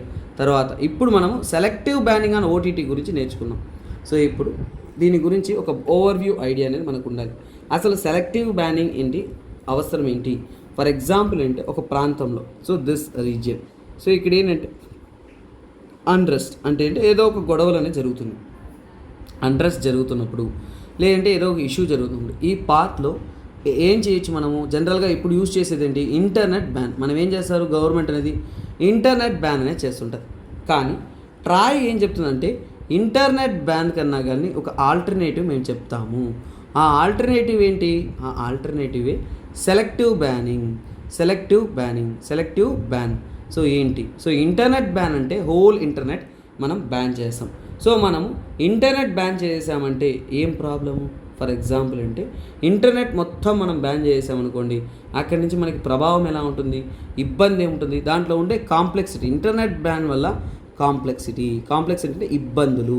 కాంప్లెక్సిటీ విషయానికి వచ్చారంటే ఇంటర్నెట్ మొత్తం మనం బ్యాన్ చేసామనుకోండి, అక్కడ మనకి చాలా విషయాలు స్తంభించిపోతుంటాయి. అంటే మనకి ఎడ్యుకేషన్ చూడండి, ఎడ్యుకేషన్ ఇబ్బందికి గురవుతుంది, హెల్త్ కేర్ ప్రాబ్లంలో పడిపోతుంది, తర్వాత సర్వీసెస్ అందించలేము. అలాగే ఏంటంటే మనకి సో బేసిక్ అమ్యూనిటీస్ వాటంతా కూడా ఇబ్బందికి లోనయ్యే అవకాశం ఉంటుంది. డేటా, ఇక్కడ ఇంటర్నెట్ బ్యాన్ వల్ల ఏంటంటే మనకి ప్రైవసీ సో కాల్డ్ ముందుకు వస్తుంది, అంటే ప్రైవసీ లాస్ అనేది ముందుకు వస్తాయి. తర్వాత అంటే డేటా ప్రొటెక్షన్ అనేది మనకి ప్రశ్నార్థకంగా మారుతుంది. ఇవన్నీ కూడా కొన్ని విషయాలు మనకి ఒక ప్రాబ్లంగా వస్తుంది. అలాంటప్పుడు మనకేంటంటే ఇంటర్నెట్ బ్యాన్ కన్నా కానీ మనం సెలెక్టివ్ బ్యాన్ యూజ్ చేయడం బెటరు. ఏంటి, పూర్తి ఇంటర్నెట్ని అక్కడ స్తంభించి వేయడం కన్నా కానీ ఇప్పుడు నేను సెలెక్టివ్ బ్యానింగ్లో వాట్సాప్ మాత్రమే బ్యాన్ చేస్తా అంటాను. ఎందుకని, వాట్సాప్లోనే ఎక్కువగా ఫేక్ న్యూస్ వెళ్తున్నాయి, వాట్సాప్లోనే ఫేక్ మెసేజెస్ వెళ్తున్నాయి అంటాను. సో అలాంటప్పుడు నేను వాట్సాప్నే బ్యాన్ చేస్తాను. అలాగే కమ్యూనికేషన్ యాప్స్లో ఇందులో టెలిగ్రామ్ కూడా వస్తుంది, ఇంకా కమ్యూనికేషన్స్ యాప్స్ ఏవైతే ఉన్నాయో అవన్నీ కూడా వస్తాయి. అంటే నేను సెలెక్టివ్ బ్యానింగ్లో ఏంటంటే ఏదైతే మనకి ప్రాబ్లంగా ఉంటుందో అలాంటి వాటి కమ్యూనికేషన్ ప్లాట్ఫామ్ని నేను బ్యాన్ చేస్తాను అనమాట. ముందే చెప్తాం, ఆ కమ్యూనికేషన్ సర్వీసెస్ అందించిన వారికి చెప్తాం, నాన్న మీరు జాగ్రత్తగా ఉండాలి, మీరు తప్పిదాలు చేశారంటే మిమ్మల్ని బ్యాన్ చేస్తామని. సెలెక్టివ్ బ్యానింగ్ ఇస్తున్నప్పుడు అంటే ఆ యొక్క ఆర్గనైజేషన్స్ కానీ, ఆ ప్రైవేట్ ఏజెన్సీస్ కానీ, ఆ ఓటీటీ ప్లాట్ఫామ్స్ కానీ వారు భద్రంగా ఉంటారు, వాళ్ళ యొక్క కేర్ అనేది ఉంటుంది, వాళ్ళ యొక్క ఎక్స్ట్రా సోషల్ ఫంక్షనింగ్ అనేది జాగ్రత్తగా ఉంటుంది. అలాగే ఏంటంటే మన సమాజంలో జరుగుతున్న ఎటువంటి ఇబ్బందులు కూడా రాకుండా మనం చేసుకోవచ్చు అనమాట. దీన్నే మనం ఏమంటాం, సెలెక్టివ్ బ్యాన్ అంటాం. అంటే ఇంటర్నెట్ బ్యాన్ కన్నా కానీ సెలెక్టివ్ బ్యాన్ అనేది బెటరు. అందువల్లనే మేము సెలెక్టివ్ బ్యాన్ అనేది తీసుకొస్తున్నాము. సో ఇక్కడ న్యూ లైసెన్సింగ్ ఫ్రేమ్వర్క్ చూడొచ్చు. లైసెన్సింగ్ ఫ్రేమ్వర్క్లో ఏంటంటే సచ్ యాప్స్ బ్యాన్ సెలెక్టివ్లీ. ఏదైతే మనకి for example where and internet shut down would otherwise have been imposed. అంటే ఇంటర్నెట్ షట్ డౌన్ చేయడానికన్నా కానీ మేము సెలెక్టివ్ బ్యానింగ్, ఏ యాప్ అయితే మనకి సమస్యగా వస్తుందో వాట్సాప్, సో ఇప్పుడు ఏ యాప్ అయితే సమస్యగా వస్తుందో వాటినే మనం బ్యాన్ చేస్తాము. ఇంటర్నెట్ షట్ డౌన్ అనేది ఏంటి, ఇంటర్నెట్ షట్ డౌన్ అనేది చాలా పెద్ద ప్రభావం అనేది చేస్తుంది. సో అది ఇంకా కూడా ఏంటంటే మల్టిపుల్ కేసెస్లో మణిపూర్లో కూడా ఒక సమస్యగా ఉంది మనకి, ప్రైవసీ ఇష్యూస్ కానీ ఇంటర్నెట్ షట్ డౌన్ వల్ల ఇబ్బందులు కానీ ఇలాంటివన్నీ ఉన్నాయి. సో వాటిని ఓవర్కమ్ చేస్తూ ఏంటంటే మేము ఇలాంటి ఒక దాన్ని తీసుకొస్తున్నాము అనేది మన యొక్క ట్రాయ్ తరపు నుంచి చెప్పడం అనేది జరిగింది. So this is what overall idea of the article. So idea of the article అనేది బ్యాక్గ్రౌండ్తో సహా ఎందుకు సెలెక్టివ్ బ్యాన్, ఈ పదాన్ని మనం పదంగా చదవకూడదు, కాన్సెప్ట్గా అనేది క్లియర్గా చదవాలి. Hope you understood this concept అనమాట. సో ఇది అర్థమైందంటే మీరంతా కూడా ఇక్కడ చూడండి, మీకోసం అద్భుతమైన ఎన్సీఆర్టీ కోర్సుని మనం అందిస్తూ ఉన్నాం. సో 6th నుంచి కూడా 12th వరకు చదువుతున్న ప్రతి ఒక్క స్టూడెంట్ చదువుతున్నాను. సో కంప్లీట్ ఎన్సీఆర్టీస్ ఏవైతే ఉన్నాయో వాటన్నిటిని కూడా మీకు సూపర్గా అద్భుతంగా ఎన్సీఆర్టీ కోర్సులో అందిస్తూ ఉన్నాం. ఎవరైతే ఇంట్రెస్ట్ ఉన్నారో స్టార్టింగ్ స్టేజెస్లో యూపీఎస్సీ ప్రిపేర్ ఉన్నారో వారంతా కూడా ఈ యొక్క కోర్స్ అనేది తీసుకొని ప్రిపేర్ అనేది అవ్వచ్చు అనమాట. సో ఇక్కడ ఇవ్వబోతున్న ఆర్టికల్ అనేది మీరు డే టు డే రోజు జరుగుతున్న ఈరోజు పొద్దున్న మీరు లేచి మమ్మీ నాకు టమాటో చట్నీ కావాలి చేయండి అని చెప్పి చూడండి, మీకు ఎలాంటి రిప్లై వస్తుందో ఈ యొక్క ఆర్టికల్లో మీకు అర్థమవుతుంది అనమాట. మెక్డొనాల్డ్స్ మనందరికీ తెలిసిన ఒక కంపెనీ. సో ఈ మెక్డొనాల్డ్స్ స్టోర్స్ తరపు నుంచి కూడా టమాటో బ్యాన్ చేశారనమాట. అంటే వాళ్ళ మెనూలో ఏంటంటే టమాటో అనేది పక్కన పెట్టేశారు. మీ ఇంట్లో కూడా ఇప్పుడు పోయి మీరు ఇంట్లో టమాటో రసం, టమాటో చట్నీ, టమాటో కారం ఇలా టమాటోకి సంబంధించి ఇంట్లో అడిగి చూడండి, మీకు రిప్లై ఏమొస్తుందో అలా ఉంటుందన్నమాట. సార్ ఏం సార్ అంత మాట అంటున్నారంటే టమాటో కేజీ 200 దాటేసిందండో, అందుకనే అలా అంటున్నాను అన్నమాట. ఏమైంది, ఫుడ్ చూడండి, fast food chain marketing company అయిన మెక్డొనాల్డ్స్ ఏం చెప్పారంటే టొమాటో అనేది వాళ్ళ ఫుడ్ ప్రిపరేషన్లో పక్కకు పెట్టారు కొద్ది రోజుల వరకు. ముఖ్యంగా ఏంటంటే northern and eastern parts of the country, north and eastern parts of country. ఎందుకు సార్ అంత పని చేశారు అంటే ముఖ్యంగా ఏంటంటే టమాటోలు దొరకట్లేదు, దొరికిన టమాటోలు కూడా రేట్ ఎక్కువ. సో అందుకోసమే ఏంటంటే మెక్డొనాల్డ్స్ కంపెనీ వారు ఓకే టమాటోలు కొంతకాలం మనం పక్కన పెడదామంటారు. సో ఇప్పుడు మనకు వస్తున్న సమస్య ఏంటంటే సార్ టమాటో రేట్ పెరిగిపోయింది, ఓకే ఎంతగా పెరిగిపోవడానికి కారణం ఏంటి? సో ప్రొడక్షన్ లేకపోవడం, సింపుల్గా చెప్పొచ్చు. మనకి ఇది ఎకనామిక్ కాన్సెప్ట్ అయినా సరే మనం సైన్స్ అండ్ టెక్నాలజీ ఓరియంటెడ్గా కొన్ని బ్యాక్గ్రౌండ్ స్టడీ అనేది చేయబోతున్నాం. So science and technology background చెప్తున్నప్పుడు ఇది జిఎస్ పేపర్ 3లో మీకు ఇంపార్టెంట్. ఎందుకంటే ఎకనామీ, ఇన్ఫ్లేషన్ అవి కాదు నేను చెప్పబోయేది. అసలు ఈ టొమాటో అనేది మనకి ఎందుకు ప్రతి సంవత్సరం కూడా బాగానే ఉండింది, ఈ సంవత్సరం విపరీతంగా 200 రూపాయలు కేజీ వరకు ఎగిరి వెళ్ళిపోయింది. సామాన్యుడు టమాటో తినడం ఎలాగా, టమాటో పచ్చడి చేసుకోవడం ఎలాగా, టమాటో చట్నీ లేకుండా ఇడ్లీ తినడం ఎలాగా, టమాటో చట్నీ లేకుండా దోశ తినడం ఎలాగా, చాలామందికి it's so bad, it's very embarrassing. So sad to the tomato, rest in peace. So ఇప్పుడు దానికైనా కారణాల గురించి మనం తెలుసుకుందాం. So first of all tomato ఎందుకు తగ్గిపోయింది పాపం అడుగుదాం. టమాటో ఏం చెప్పిందంటే ఉత్పత్తి తగ్గిపోయిందండి, ప్రొడక్షన్ లేదు. సరే ఎందుకు ప్రొడక్షన్ తగ్గించావు టమాటో అని అడిగితే నా ఆరోగ్యం బాగాలేదనింది టమాటో గారు మీ ఆరోగ్యం బాగాలేదంటే ఎందుకు బాగాలేదు అంటే నాకు 2 వైరస్లు దాడి చేసి అందుకనే ఆరోగ్యం బాగాలేదు, జ్వరం వేస్తుందండి. ఆ 2 వైరస్ పేర్లే CMV and TOMV virus. Wow, నాకే వైరస్ దాడి చేస్తుందంటే మీకు కూడా వైరస్ ఇబ్బంది పెడుతుందా అంటే అవును అన్నారు. సరే ఈ CMV వైరస్ ఏంటి అని అడిగితే టమాటో చెప్పిందండి దాని పేరే కుకుంబర్ మొసాయిక్ వైరస్. ఏంటది? కుకుంబర్ మొసాయిక్ వైరస్ ఒకటి నన్ను చాలా ఇబ్బంది పెట్టేసింది, అందుకని ఉత్పత్తి తగ్గిపోయింది అనేది మన టొమాటో. సరే మరి TOMV అంటే ఏంటి? అది టొమాటో మొసాయిక్ వైరస్ అనమాట. ఈ 2 వైరస్ వలనే ఈ యొక్క ఉత్పత్తి అనేది తగ్గింది. ముఖ్యంగా ఏంటంటే ఈ కుకుంబర్ మొసాయిక్ వైరస్ అనేది మహారాష్ట్రలో ప్రొడక్షన్ లోగా ఉండడానికి కారణం. మరి టొమాటో మొసాయిక్ వైరస్ అనేది కర్ణాటక, ఎక్కడండి? కర్ణాటక కానీ అలాగే సదర్న్ స్టేట్స్లో ఇప్పుడు మీకు ఒక విషయం అర్థమైపోయి ఉంటుంది. ఎక్కువగా టమాటో అనేది మహారాష్ట్ర, కర్ణాటక, సదర్న్ స్టేట్లో అద్భుతంగా అనేది పండిస్తున్న ఒక పంట అన్నమాట. కాకపోతే ఇలా ఈ ప్రాంతాల్లో ఇంత ఇబ్బంది చేసిన ఆ టొమాటో వైరస్ గురించి మనం తెలుసుకుందాం అనమాట. పాపం అనారోగ్యంతో బాధపడుతున్న టమాటోకి మనం క్యూర్ చేయాలి అంటే ఫస్ట్ ఆ అనారోగ్యం ఏంటో తెలుసుకోవాలి కదండి. సో గత 3 ఏళ్ళగా లాస్ట్ 3 ఇయర్స్లో ఈ 2 వైరసెస్ 3 ఇయర్స్లో చాలా ఇబ్బంది పెట్టేస్తుంది మన టొమాటోకి. చాలా వరకు జ్వరం వచ్చేస్తుంది టమాటోకి అనమాట. సరే అలా ఉంటున్న ఈ వైరస్ గురించి తెలుసుకుందాం. ఫస్ట్ TOMV వైరస్ గురించి మనం తెలుసుకుందాం అనమాట. అంటే టొమాటో మొసాయిక్ వైరస్. సో దీని గురించి మనం తెలుసుకుంటున్నామండి. టొమాటో మొసాయిక్ వైరస్ ఇది ఏ కుటుంబానికి చెందింది? ఫ్యామిలీ అంటే విర్గా విరిడే. సో విర్గా విరిడే ఫ్యామిలీకి చెందిన వైరస్ అనమాట ఈ యొక్క సో కాల్ TOMV వైరస్ అనమాట. సో అలాగే దాన్ని మనము ఇక్కడ చెప్పాను కదండి, టొమాటో మొసాయిక్ వైరస్. మళ్ళీ రాయాల్సిన అవసరం లేదు. Here I head road the detail explanation. సరే, మరి ఈ టిఓఎంవి వైరస్ అనేది ఓన్లీ టమాటోని ఇంపాక్ట్ చేస్తుందా, ఇతర ఇతర ఇతర సో కాల్డ్ ప్లాంట్స్ని కూడా ఇంపాక్ట్ చేస్తుందా అంటే నాట్ ఓన్లీ టొమాటో అండి. ఈ యొక్క టొమాటో మొసాయిక్ వైరస్ అనేది టొమాటో మాత్రమే కాదు, ఇట్ ఆల్సో ఎఫెక్ట్స్ ద టొబాకోని కానీ, అలాగే ఏంటంటే పెప్పర్, టొబాకో, పెప్పర్, నెక్స్ట్ ఏంటంటే ఆర్నమెంటల్ ప్లాంట్స్. కొన్ని ఆర్నమెంటల్ ప్లాంట్స్ ఏవైతే ఉన్నాయో వాటిని కూడా ఏంటంటే ఇంపాక్ట్ అనేది చేస్తుంది. సో వీటన్నిటిని కూడా ఏంటంటే అది దాడి చేస్తుంది అనమాట, ఇన్ఫెక్ట్ చేస్తుంది. సో వాటన్నిటికీ కూడా ఏంటంటే అనారోగ్యం అనేది లోనవుతుంది అనేది క్లియర్గా అర్థమవుతుంది. సరే, ఈ టొమాటో మొసాయిక్ వైరస్ అనేది ఫస్ట్ ఎప్పుడు డిస్కవర్ చేశారు, ఫస్ట్ ఐడెంటిఫై అంటే గుర్తించడం ఎప్పుడు చేశారు? సో ఫస్ట్ చేసి 1935లో దీన్ని ఐడెంటిఫై అనేది చేశారు. ఫస్ట్ ఏంటి 1935లో ఐడెంటిఫై, ఫస్ట్ ఇలాంటి ఒక వైరస్ ఉందనేది గుర్తించడం అనేది చేశారనమాట. సరే, అర్థమైంది. ట్రాన్స్మిషన్ ఎలాగా? సో అంటే ఈ టిఓఎంవి వైరస్ అనేది ఏ విధంగా ట్రాన్స్మిషన్ అవుతుంది? మనకైతే ఏంటంటే హ్యూమన్కు మనము కొన్ని విషయాల ట్రాన్స్మిషన్స్ అనేది చదువుతాం. అదే ఈ వైరస్ అనేది చాలా వరకు ఏంటంటే ఇన్ఫెక్టెడ్ సీడ్స్ ద్వారా, అంటే విత్తనాలు సీడ్స్లో కానీ ఈ వైరస్ ఉందంటే దాని ద్వారా స్ప్రెడ్ అవుతుంది.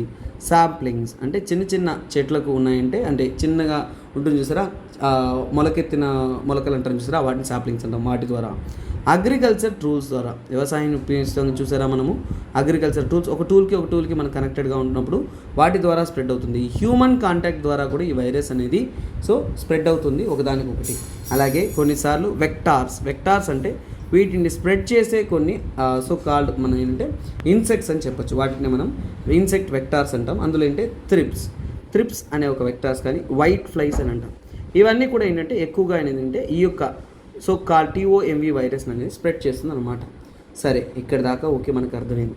సో ఇక్కడ ఎఫెక్ట్ ఏంటి, ఈ వైరస్ అనేది ఎలాంటి ప్రభావం అనేది ఒక చెట్టు పైన లేదంటే ప్లాంట్ పైన కల్పిస్తుందని మనం చూద్దాం. సో ముఖ్యంగా ఏంటంటే గ్రీన్ మోట్లింగ్ అంటాం. ఏమంటాం దాన్ని? గ్రీన్ మోట్లింగ్ కానీ, అలాగే అంటే ఎల్లోయింగ్ ఆఫ్ లీవ్స్. ఏమిటది? ఎల్లోయింగ్ ఆఫ్ లీవ్స్ అనమాట. ఎల్లోయింగ్ ఆఫ్ లీవ్స్ అనేది చేస్తుంది. ఇలా ఏంటంటే చాలా వరకు ఇబ్బంది అనేది చేసి కొన్నిసార్లు అంటే కర్ల్ డౌన్, ఆ యొక్క ఆకులంతా కూడా రోల్ అయిపోతుంది. కర్ల్ డౌన్ అంటారు, కర్ల్ డ్వార్ఫ్ అంటారు. అంటే ఆకులు అనేది అంటే రోల్ అయిపోతుంది. మీరు చెట్లలో చూడొచ్చు కొన్నిసార్లు ఇన్ఫెక్ట్ అయినప్పుడు ఇలాంటి ఇబ్బందులు వస్తున్నాయి. సో ఇది మొత్తానికి ఏంటంటే డైరెక్ట్గా ఏంటంటే ఫ్రూట్ సెట్టింగ్, అంటే ఈ యొక్క పండ్లు ఫామ్ అవ్వకుండా ఏంటంటే ఇబ్బంది చేస్తుంది. అంటే పిందెగా ఉన్నప్పుడే ఏంటంటే చెట్లు అనేది రాలిపోతుంది అనమాట. సో ఖచ్చితంగా దీనికి ట్రీట్మెంట్ ఏంటి అంటే, సో మనకైతే మెడిసిన్లు వాడతాం పాపం, సో కాల్డ్ ప్లాంట్కి ఒక్కో చెట్టుకైతే మెడిసిన్ లేలేం కదా. సో అదే మనకు వచ్చిన ప్రాబ్లం. మరి ఎలా మనం దీన్ని హ్యాండిల్ చేస్తామంటే సీడ్ ట్రీట్మెంట్. ఖచ్చితంగా సీడ్ అనేది వైరస్ నుంచి కూడా కాపాడుకోవడానికి సీడ్ని మనం ట్రీట్మెంట్ చేయాలి. అలాగే నర్సరీస్ ఏవైతే ఉన్నాయో వాటిలో మనము స్టాండర్డ్ శాంప్లింగ్స్ అనేది మనం రెడీ చేయగలగాలి. అలాగే ఏంటంటే ఇన్ఫెక్టెడ్ శాంప్లింగ్స్ ఏవైతే ఉన్నాయంటే వాటిని మనం రిమూవ్ చేసేయడం మేలు. అలాగే ఏంటంటే మెటీరియల్స్, మనం ఉపయోగిస్తున్న మెటీరియల్స్ ఏవైతే ఉన్నాయో అవి కొద్దిగా అలా ఇన్ఫెక్ట్ కాకుండా జాగ్రత్త పడితే మంచిది అనేది వీళ్ళు చెప్తున్నారు అనమాట. ఈ విధంగా ఇదంతా ఏంటి, మీకు ఇప్పుడు టిఓఎంవి వైరస్ గురించి పూర్తి వివరాలు తెలిసింది. మరి టిఓఎంవితో సరిపెట్టుకోగలరా? లేదండి, మన కంటెంట్ చదివితే పూర్తిగా చదువుతామన్నమాట. చూడండి, యూపీఎస్సీ చెప్పే విషయం ఇదేనండి. మీరు ఒకటి చదువుతున్నారండి, ఆ ఒకటి సక్రమంగా చదవాలనేది యూపీఎస్సీ నేర్పించే విషయం. సిఎంవి. సో సిఎంవి వైరస్ని ఏమంటాము? ఏమంటాము దాన్ని? కుకుంబర్ మొసాయిక్ వైరస్ అంటాము. Cucumber mosaic virus. So cucumber mosaic virus అంటే ఎక్కడ దాడి చేస్తుంది, ఎలా దాడి చేస్తుంది ఏంటి అనేది ఇప్పుడు మీకు అర్థమైపోయింది కదా. అలాగే అంటే బ్రోమోవిరిడే, దాన్ని ఏమంటాం? బ్రోమోవిరిడే ఫ్యామిలీ. సో ఇది ఏ ఫ్యామిలీకి చెందింది? బ్రోమోవిరిడే. సార్ నాకు ఇది గుర్తుండదు సార్ అంటే డోంట్ వరీ, ఒక బేసిక్ ఐడియా ఉంటే సరిపోతుంది యూపీఎస్సీకి. సో అది ముందు గుర్తుపెట్టుకోండి. సో ముఖ్యంగా ఏంటంటే బ్రోమోవిరిడే అనేది ఏంటంటే చాలా వరకు మోస్ట్ స్ప్రెడ్ వైరస్ అంటారు. చాలా వరకు ఎక్కువగా స్ప్రెడ్ అయ్యే virus variety, most spread virus అని కూడా చెప్తారు. ఎక్కువగా ప్లాంట్స్లో ఉండే ఒక వైరస్ వెరైటీ ఇదని చెప్పొచ్చు. అలాగే ఏంటి, ఇది చాలా వరకు చాలా ప్లాంట్స్ని ఎఫెక్ట్ చేస్తుంది. ఫర్ ఎగ్జాంపుల్ అంటే కుకుంబర్, పేరులో ఉన్నట్టు కుకుంబర్ని ఎఫెక్ట్ చేస్తుంది. పాపం టమాటో దోస్తుగాలు అందరినీ కూడా అటాక్ చేస్తుంది అనమాట. టమాటోని మాత్రమే కాదు, కుకుంబర్, మెలాన్, ఎగ్ ప్లాంట్స్, తర్వాత తీసుకున్నా అంటే టొమాటో, క్యారెట్. సో ఇలా మల్టిపుల్ వెరైటీ అండి. అందుకే ఏంటంటే ఈ యొక్క కుకుంబర్ మొసాయిక్ వైరస్ అనేది చాలా వరకు అంటే వైడ్ వెరైటీ అని చెప్తారనమాట. లెట్యూస్ కానీ, తర్వాత అంటే కుక్కూర్ బీట్స్ అంటారు, కుక్కూర్ బీట్స్ ఎక్సెట్రా. ఇలా చాలా చాలా ప్లాంట్ వెరైటీస్ని దాడి చేసే ఒక వైరసే సిఎంవి వైరస్. ఈ సిఎంవి వైరస్ని ఫస్ట్ ఎప్పుడు కనుగొన్నారు అంటే ఫస్ట్ 1934 టైంలో కనుగొన్నారు. దీని యొక్క ట్రాన్స్మిషన్ తీసుకుందాం. సో ఇది ముఖ్యంగా ఏంటంటే ఏ ఒక్క మోడ్లో ట్రాన్స్మిషన్ అనేది అవుతుంది, ఎలా ఇది ఎక్కువగా ట్రాన్స్మిషన్ అవుతుంది చూసుకున్నారంటే చాలా వరకు ఏంటంటే స్ప్రెడ్ త్రూ యాఫిడ్స్. ఎలా స్ప్రెడ్ అవుతుంది? యాఫిడ్స్ ద్వారా స్ప్రెడ్ అవుతుంది. సో ఈ యాఫిడ్స్ ఏంటో మీరు కామెంట్ సెక్షన్లో ఇప్పుడు చెప్తారనమాట, మర్చిపోవద్దు. సో యాఫిడ్స్ తర్వాత అంటే శాప్ సక్కింగ్, అంటే కొన్నిసార్లు అంటే ఆ చెట్లను సక్ చేసే ఇన్సెక్ట్స్ ఉంటాయి, వాటిలో అంటే కొమ్మలను వాటిని అలా ముక్కుతో దాంట్లో ఉంటున్న వాటర్ ఏదైతే ఉంటుందో దాని లాగే ఇన్సెక్ట్స్ కొన్ని ఉంటాయి. అలాంటి ఇన్సెక్ట్స్ ద్వారా అనేది స్ప్రెడ్ అవుతుంది. కొన్నిసార్లు విత్తనాల ద్వారా సీడ్స్ ద్వారా స్ప్రెడ్ అవుతుంది. ఇంకా ఏంటంటే గ్రాఫ్టింగ్ పద్ధతి ఏదైతే చేస్తుంటామో ఆ గ్రాఫ్టింగ్ పద్ధతి ద్వారా స్ప్రెడ్ అవుతుంది. ఇలా మల్టిపుల్ పద్ధతి ద్వారా ఏదంటే స్ప్రెడ్ అనేది అవుతుంది. సో అలాగే ఏంటంటే ఇక్కడ దీని యొక్క ఎఫెక్ట్, దీని యొక్క ఎఫెక్ట్స్ విషయాన్ని చదువుతున్నామంటే క్రాప్స్ పైన ఎలాంటి ఎఫెక్ట్ ఉంటుందంటే చాలా వరకు ఏంటంటే లీవ్స్ని డిస్టార్ట్ చేస్తుంది. లీవ్స్ అనేది అంత స్ట్రాంగ్గా అనేది గ్రో అవుతుంది, అది డిస్టార్ట్ అయిపోతూ ఉంటుంది. చాలా వరకు ఏంటంటే లీవ్స్ అంతా కూడా అంత వీక్ అయిపోతూ ఉంటుంది. ఇంకా చెప్పాలి అంటే ఎల్లో అండ్ గ్రీన్ స్పాట్, ఎక్కువగా అంటే ఎల్లో అండ్ గ్రీన్ స్పాట్స్ అనేది మనం చూడొచ్చు. అలాంటి స్పాట్స్ అనేది క్రియేట్ అవుతుంది. చాలా వరకు పంట రాబడి అనేది మనకు తగ్గిపోతుంది. అవే వీటి యొక్క వైరస్. ఈ రెండు వైరస్ ఒకటి గుర్తుపెట్టుకోండి, టీఓఎంవి వైరస్ అయినా సరే అలాగే సిఎంవి వైరస్ అయినా సరే వీటి మధ్య కొన్ని సిమిలారిటీస్ ఉన్నాయండి. ఏంటంటే రెండు కూడా సింగిల్ స్టాండర్డ్ ఆర్ఎన్ఏ వైరసెస్ అనమాట. Single standard RNA genome. So RNA genome కలిగిన ఒక వైరసెస్ అనమాట. అది దాని మధ్య ఉంటున్న కాల్డ్ సిమిలారిటీస్. అలాగే ఏంటంటే ఇవి అంతా కూడా అంటే రాడ్ షేప్లో ఉంటుంది. షేప్ అంతా కూడా చాలా వరకు అంటే ఒక ప్లాంట్లో చూడండి, ఇది ప్లాంట్లో ఎలా మూవ్ అవుతుంది, ప్లాంట్లో మూవ్ అయ్యేది ఎలా మూవ్ అవుతుంది. ప్లాంట్లో మూవ్మెంట్ తీసుకున్నారు అంటే ఇది ఒక వైరస్ అనేది ఇది ఏ పార్ట్ ద్వారా మూవ్ అవుతుంటే ఫ్లోయం. చూడండి, ఫ్లోయం ద్వారా ఏంటంటే ఇది ఎక్కువగా అనేది మూవ్ అవుతుంటుంది. ఇవి ఈ రెండు వైరసెస్ యొక్క ఇంపార్టెంట్ ఎలిమెంట్స్ అండి. సో మొత్తానికి ఏంటంటే ఈ వైరసెస్ వల్లనే ఏంటంటే ఈరోజు మీరు ఇంట్లో టమాటో చట్నీ తినలేకపోతున్నారు. సో ఈ రోజుకి మీకు ఒక విషయం మీకు క్లియర్గా అర్థమైంది. మీ ఇంట్లో దోశకి టమాటో చట్నీ మీ మమ్మీ ఎందుకు పెట్టలేదు అంటే అసలైన కారణం ఏంటి మీ మమ్మీ కాదు, ఇక్కడ ఉంటున్న టీఓఎంవి వైరస్ అలాగే ఏంటి సిఎంవి వైరస్ అనమాట. సో అదొకటి గుర్తుపెట్టుకోండి. సో నెక్స్ట్ క్వశ్చన్ చూడండి, ఒక అద్భుతమైన టాపిక్ చూడండి. Delhi host test run for hydrogen fuel cell buses later this year. ఈ రానున్న సంవత్సరం చివరి భాగంలో ఏంటంటే మన ఇండియాలో ఉంటున్న ఢిల్లీలో ఏంటంటే చూడండి Indian oil corporation limited and Tata Motors వీళ్ళిద్దరూ కలిసి ఏంటంటే హైడ్రోజన్ ఫ్యూయల్ సెల్ అనేది రన్ చేయబోతున్నారు అనమాట. ఇప్పుడు మనకి ఈ హైడ్రోజన్ ఫ్యూయల్ సెల్ అంటే ఏంటి, వాటి యొక్క బ్యాక్గ్రౌండ్ తెలిస్తేనే మనకి సబ్జెక్ట్. కానీ మీరు ఎన్ని కంటెంట్ చూస్తున్నా కానీ మన హిందూ అనాలిసిస్ చూస్తున్నారు అంటే ఖచ్చితంగా మీరు చదివే టాపిక్ పూర్తి స్థాయిలో ఉంటుంది. అందుకే ఈ హైడ్రోజన్ ఫ్యూయల్ సెల్ అంటే ఏంటో నేను వివరిస్తాను అనమాట. సో ఈ హైడ్రోజన్ ఫ్యూయల్ సెల్ అంటే ఏంటి క్లియర్గా అనేది మనం తెలుసుకుందాం. సో ఇదంతా కూడా ఏంటంటే మనకి ఎన్విరాన్మెంట్ ఫ్రెండ్లీగా, ఎన్విరాన్మెంట్కి క్లైమేట్ చేంజ్ వీటన్నిటికీ కూడా మిటిగేటివ్గా చాలా బెటర్గా ఉంటుంది. ఫాసిల్ ఫ్యూయల్స్కి ఆల్టర్నేటివ్గా చెప్పొచ్చు కాబట్టి ఇవన్నీ కూడా ఎన్విరాన్మెంట్కి కనెక్ట్ అవుతుంది కాబట్టి ఎన్విరాన్మెంట్. సో ఇది ఏ టాపిక్ అండి, ఎన్విరాన్మెంట్లో వచ్చే టాపిక్. ఎన్విరాన్మెంట్ అంటే ఏంటి, జిఎస్ పేపర్ 3 అనమాట. That is the beauty of this article. ఈ విషయం మనకి క్లారిటీగా వచ్చింది కాబట్టి నో ప్రాబ్లం. తర్వాత ఇప్పుడు కంటెంట్లోకి వెళ్ళిపోదాం. సో ఫస్ట్ ఆఫ్ ఆల్ దీని గురించి బ్యాక్గ్రౌండ్ తెలుసుకోవాలంటే ఫస్ట్ వరల్డ్లోనే ఈ యొక్క హైడ్రోజన్ ఫ్యూయల్ని ఎక్కువగా ఉపయోగిస్తూ ఒక ట్రైన్నే రన్ చేసింది ఎవరంటే world's first fleet of hydrogen power trains. Hydrogen పవర్తో రన్ అయ్యే ట్రైన్స్ అనేది మొట్టమొదటిసారిగా ప్రపంచవ్యాప్తంగా ఇంట్రడ్యూస్ చేసింది ఎవరు అంటే జర్మనీ. ఎవరండి అది, జర్మనీ దేశమే ఏంటంటే ఫస్ట్ టైం అనేది హైడ్రోజన్ ఫ్యూయల్ ట్రైన్ అనేది రన్ చేశారనమాట. అది సుమారుగా 140 కిలోమీటర్ స్పీడ్తో అనేది వెళ్ళగలిగిన కెపాసిటీ కలిగిన ఒక ట్రైన్స్ అనమాట. అలాగే ఏంటంటే 1000 కిలోమీటర్స్ జర్నీ చేయగలిగిన కెపాసిటీ అనమాట. That is the beauty of this hydrogen power trains introduce by the Germany. అంత గొప్పగా ఇంట్రొడ్యూస్ చేస్తున్నా అంటే దానికంటూ ఏదో ఒక ప్రాముఖ్యత ఉంటుంది కదా. ఏంటి speciality of your hydrogen fuel అని మనం అడిగితే పాపం జర్మనీ వాళ్ళు మనకి ఆన్సర్ చేశారనమాట. ఏమని, సార్ ఈ హైడ్రోజన్ ఫ్యూయల్ చాలా మంచిది సార్, క్లీన్గా ఉంటుంది, రిలయబుల్, నమ్మదగ్యం అనేది మనం చాలా బాగా నమ్మొచ్చు, క్వైట్ సౌండ్ తక్కువ చేస్తుంది, ట్రైన్లు సైలెంట్గా వెళ్ళిపోతాయి, అలాగే హై క్వాలిటీ ఎనర్జీ అంటే హై క్వాలిటీ ఎనర్జీ అనేది మనకు దొరుకుతుంది, మంచి అద్భుతమైన క్వాలిటీ ఎనర్జీ అంటే ఏంటి, పవర్, ఎలక్ట్రిసిటీ లభిస్తుంది అనేది వాళ్ళు క్లియర్గానే చెప్తున్నారన్నమాట. అలాగే ఏంటంటే ఫ్యూయల్స్ అనేది ఏంటంటే అది ఒక ఎలక్ట్రోకెమికల్ ప్రాసెస్. ఏంటది అది? ఎలక్ట్రోకెమికల్ ప్రాసెస్ ద్వారానే ఈ యొక్క హైడ్రోజన్ ఫ్యూయల్ అనేది రన్ అవుతుంది. Electrochemical process. ఈ ఎలక్ట్రోకెమికల్ ప్రాసెస్లో ఏంటంటే ఏమవుతుంది? మనం ప్రొడ్యూస్ చేసేది ఎలక్ట్రిసిటీ అన్నమాట. సో ఏమిటండి? మనం ప్రొడ్యూస్ చేసేది ఎలక్ట్రిసిటీ. మరి ఎలక్ట్రోకెమికల్ ప్రాసెస్ అన్నారు, బై ప్రొడక్ట్స్ హానికరం కదా అని అడగచ్చు. సో అలాంటప్పుడు బై ప్రొడక్ట్స్ ఏంటో తెలుసుకున్నామంటే అది హానికరమా లేదా మీరే అర్థం చేసుకుంటారు కదండి. సో అలాంటప్పుడు బై ప్రొడక్ట్స్ విషయానికి వచ్చారంటే water plus heat. Water plus హీటా అంటే ఎటువంటి ఇబ్బంది లేదు, అంతే కదండి మనకు కనిపిస్తుంది. దాట్ ఈస్ ద బ్యూటీ అనమాట. అంటే ఇక్కడ మనం చూస్తున్న ఎలక్ట్రోకెమికల్ రియాక్షన్ లేదంటే ఎలక్ట్రోకెమికల్ ప్రాసెస్లో ఎలక్ట్రిసిటీ ప్రొడ్యూస్ చేసాం. బై ప్రొడక్ట్స్ నేచర్ ఫ్రెండ్లీగా ఉన్నాయి, చాలా అద్భుతం. అలాగే ఎందుకు మనం హైడ్రోజన్ ఫ్యూయల్లోకి వెళ్ళాలి? అంత స్పెషల్ ఏముందని చెప్తున్నప్పుడు హైడ్రోజన్ ఫ్యూయల్లో మనం అర్థం చేసుకోవాల్సిన ఒక ముఖ్యమైన విషయం అంటే హైడ్రోజన్ అనేది one of the most abundant element. మనకు అందుబాటులో ఉంటున్న సృష్టిలో ఉంటున్న ఎలిమెంట్స్లో అబండెంట్ ఎలిమెంట్స్లో ఒకటి ఏంటంటే మనకి హైడ్రోజన్ అనమాట.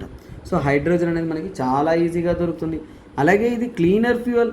సో చాలా నీట్ అండ్ క్లీనర్ ఫ్యూయల్. మిగతా ఫోజిల్ ఫ్యూయల్స్తో కంపేర్ చేసుకునే క్లీనర్. అందువల్ల హైడ్రోజన్ ఫ్యూయల్ అనేది మంచిదని అనిపిస్తుంది. మరి హైడ్రోజన్లో పలు రకాలు ఉన్నాయా అని అన్నప్పుడు మనకి డౌట్స్ అనేది వస్తుంది. సో ఏంటి? ఈ హైడ్రోజన్ పవర్లో ఇంకా మల్టిపుల్ వెరైటీస్ ఆఫ్ హైడ్రోజన్స్ ఉన్నాయండి. సో అంటే టైప్స్. సో టైప్స్ విషయానికి వచ్చాము అంటే I will give a over view. So first of all అంటే కొన్ని విషయాలు గ్రీన్ హైడ్రోజన్ అంటాం. మన గవర్నమెంట్ అనేది గ్రీన్ హైడ్రోజన్ ప్రాజెక్ట్ అనేది తీసుకొని చేస్తున్నారు. సో ఇప్పుడు చాలా స్టూడెంట్స్కి ఏంటంటే green hydrogen, brown hydrogen, grey hydrogen, blue hydrogen ఇన్ని పదాలు ఉన్నాయని కూడా తెలియదు. కానీ ఇప్పుడు నేను చెప్తున్నాను కదండి, నా క్లాస్ విన్న స్టూడెంట్స్ మీకు రెండే విషయాలు, ఎస్పీఆర్ సార్ రావడానికి ముందు, ఎస్పీఆర్ సార్ క్లాస్ విన్న తర్వాత అన్నటువంటి స్టాండర్డ్లో మనం ప్రిపేర్ అవుతామన్నమాట. అందుకోసమే గ్రీన్ హైడ్రోజన్ అంటే ఏంటో ఫస్ట్ తెలుసుకుందాం. గ్రీన్ హైడ్రోజన్ అంటే ఏంటంటే చాలా వరకు ఏంటంటే ఎలక్ట్రోలిసిస్ ప్రాసెస్. ఏంటి మనం వాడతాము? ఎలక్ట్రోలిసిస్. చూడండి, ఎలక్ట్రోలిసిస్ ప్రాసెస్ ద్వారా మనం ఏం చేస్తాం? ఎలక్ట్రోలిసిస్ ప్రాసెస్ దేనికి? వాటర్. ఎలక్ట్రోలిసిస్ ప్రాసెస్ దేనికి? వాటర్. దాని ద్వారా మనకు ప్రొడ్యూస్ అయ్యేది ఏంటి? హైడ్రోజన్. సో అంటే గ్రీన్ హైడ్రోజన్ ఎలా ప్రొడ్యూస్ చేస్తారు సార్ అని అడిగాను అంటే ఎలక్ట్రోలిసిస్ ప్రాసెస్లో మనం హైడ్రోజన్ని ప్రొడ్యూస్ చేస్తామన్నమాట. అలాగే అంటే ఈ హైడ్రోజన్ ప్రొడక్షన్ అనేది ఏంటి? రెన్యూవబుల్ ఎనర్జీతో మనం ప్రొడ్యూస్ చేస్తాం. ఎలా ప్రొడ్యూస్ చేస్తాం? రెన్యూవబుల్ ఎనర్జీ అంటే ఏంటి అంటే ఒకటి అర్థం చేసుకోండి, హైడ్రోజన్ ప్రొడ్యూస్ చేయడానికి మనకేంటి? ఎనర్జీ కావాలి, అది రెన్యూవబుల్ ఎనర్జీ అని చెప్తున్నారు. ఓకే. అలాగే ఈ గ్రీన్ హైడ్రోజన్ అనేది లోవర్ కార్బన్ ఫుట్ ప్రింట్. చూడండి, లోవర్ కార్బన్ ఫుట్ ప్రింట్ అంటే కార్బన్ ఎమిషన్ అనేది చాలా చాలా చాలా చాలా తక్కువ ఉంటుంది కాబట్టి లోవర్ కార్బన్ ఫుట్ ప్రింట్ అని చెప్పొచ్చు అనమాట. అంటే కార్బన్ ప్రొడక్షన్ ఇవన్నీ కూడా ఇందులో చాలా చాలా చాలా తక్కువగా ఉంటుంది. This is what. అలాగే ఏంటంటే ఫస్ట్ ఈ ఎలక్ట్రోలిసిస్ ప్రాసెస్లో గ్రీన్ హైడ్రోజన్ ఎలా తయారీ చేస్తామంటే చూడండి, మనం ఏంటంటే ఎలక్ట్రిసిటీ ద్వారా ఏం చేస్తామంటే సో ఇక్కడ వాటర్ ఏదైతే ఉంటుందో వాటర్ని రెండుగా అనేది మనం విడదీస్తామన్నమాట. ఒకటి హైడ్రోజన్ గాను, సో ఇంకోటి ఏంటంటే ఆక్సిజన్ గాను. హైడ్రోజన్ ఆక్సిజన్ అనేది మనం రెండుగా అనేది సపరేట్ చేసి మనం చేస్తామన్నమాట. ఇందులో కూడా ఏంటంటే ఈ గ్రీన్ హైడ్రోజన్ చేసేటప్పుడు బై ప్రొడక్ట్స్, గ్రీన్ హైడ్రోజన్ వల్ల వచ్చే బై ప్రోడక్ట్ ఏంటి? గ్రీన్ హైడ్రోజన్ చాలా ఎన్విరాన్మెంట్ ఫ్రెండ్లీ అంటాం. ఎందుకంటే దీంట్లో వచ్చే బై ప్రోడక్ట్ వాటర్, అలాగే వాటర్ వేపర్ రెండు వాటర్ నో ప్రాబ్లం, అందువల్ల ఏది కూడా ఇబ్బంది కాదు. సో టైప్స్లో ఒకటైతే మనకి చాలా నీట్ అండ్ క్లియర్గా అద్భుతంగా ఉంది.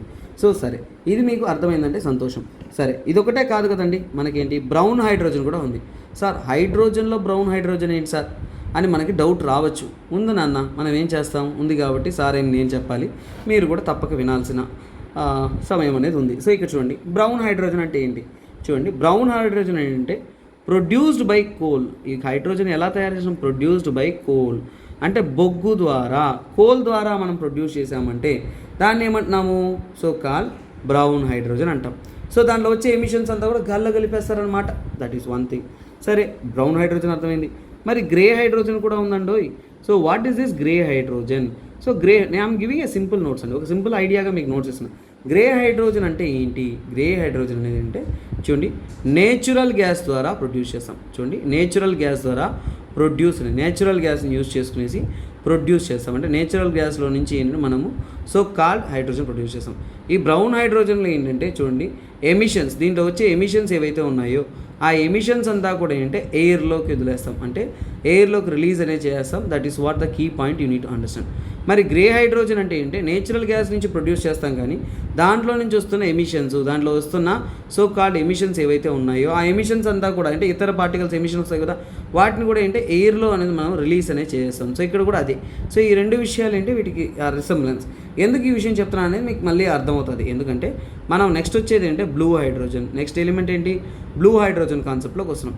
బ్లూ హైడ్రోజన్ కాన్సెప్ట్ అర్థం అవడం కోసమే ఇవి చెప్పాను అనమాట. బ్లూ హైడ్రోజన్ కూడా ఏంటంటే it is also produce by natural gas. చూడండి, నేచురల్ గ్యాస్తోనే మనము దీన్ని ప్రొడ్యూస్ చేస్తాము. నేచురల్ గ్యాస్ని యూజ్ చేసుకునేసి ప్రొడ్యూస్ చేస్తాము. చూడండి, నేచురల్ గ్యాస్, ఓకే ఈ పాయింట్ రాస్తాం. యూజ్ టు ప్రొడ్యూస్ అనమాట. సో అంటే నేచురల్ గ్యాస్ ద్వారానే ప్రొడ్యూస్ చేస్తాం. కాకపోతే ఇక్కడ ఎమిట్ అవుతున్న గ్యాసెస్ అనేది మనము అంతరిక్షంలో అలా వదిలేయము, దాన్ని జాగ్రత్తగా ఏం చేస్తామంటే క్యాప్చర్, దాన్ని ఏమంటాం మనం కార్బన్ క్యాప్చర్ అంటే ఏంటి, మనము ఎమిషన్స్ని జాగ్రత్తగా క్యాప్చర్ చేసి స్టోరేజ్ అనేది చేసి పెడతామండి. అంటే ఈ యొక్క కార్బన్ కానీ ఇవన్నీ కూడా ఏంటంటే మనం ఎమిషన్స్ ఏవైనా ఉన్నా కానీ ఈ ప్రాసెస్లో జరిగే ఎమిషన్స్ ఏవైతే ఉంటాయో వాటిని వృధాగా గాల్లో కలిపేయకుండా మనం జాగ్రత్తగా అనేది కాపాడుకుంటూ ఉంటాం అనేది ఇక్కడ ఉంటున్న వాస్తవం అనమాట. అందుకనే ఏంటంటే ఇలా పలు రకాల సో కాల్డ్ ఫ్యూయల్ సెల్స్ అనేది మనకు ఉందన్నమాట.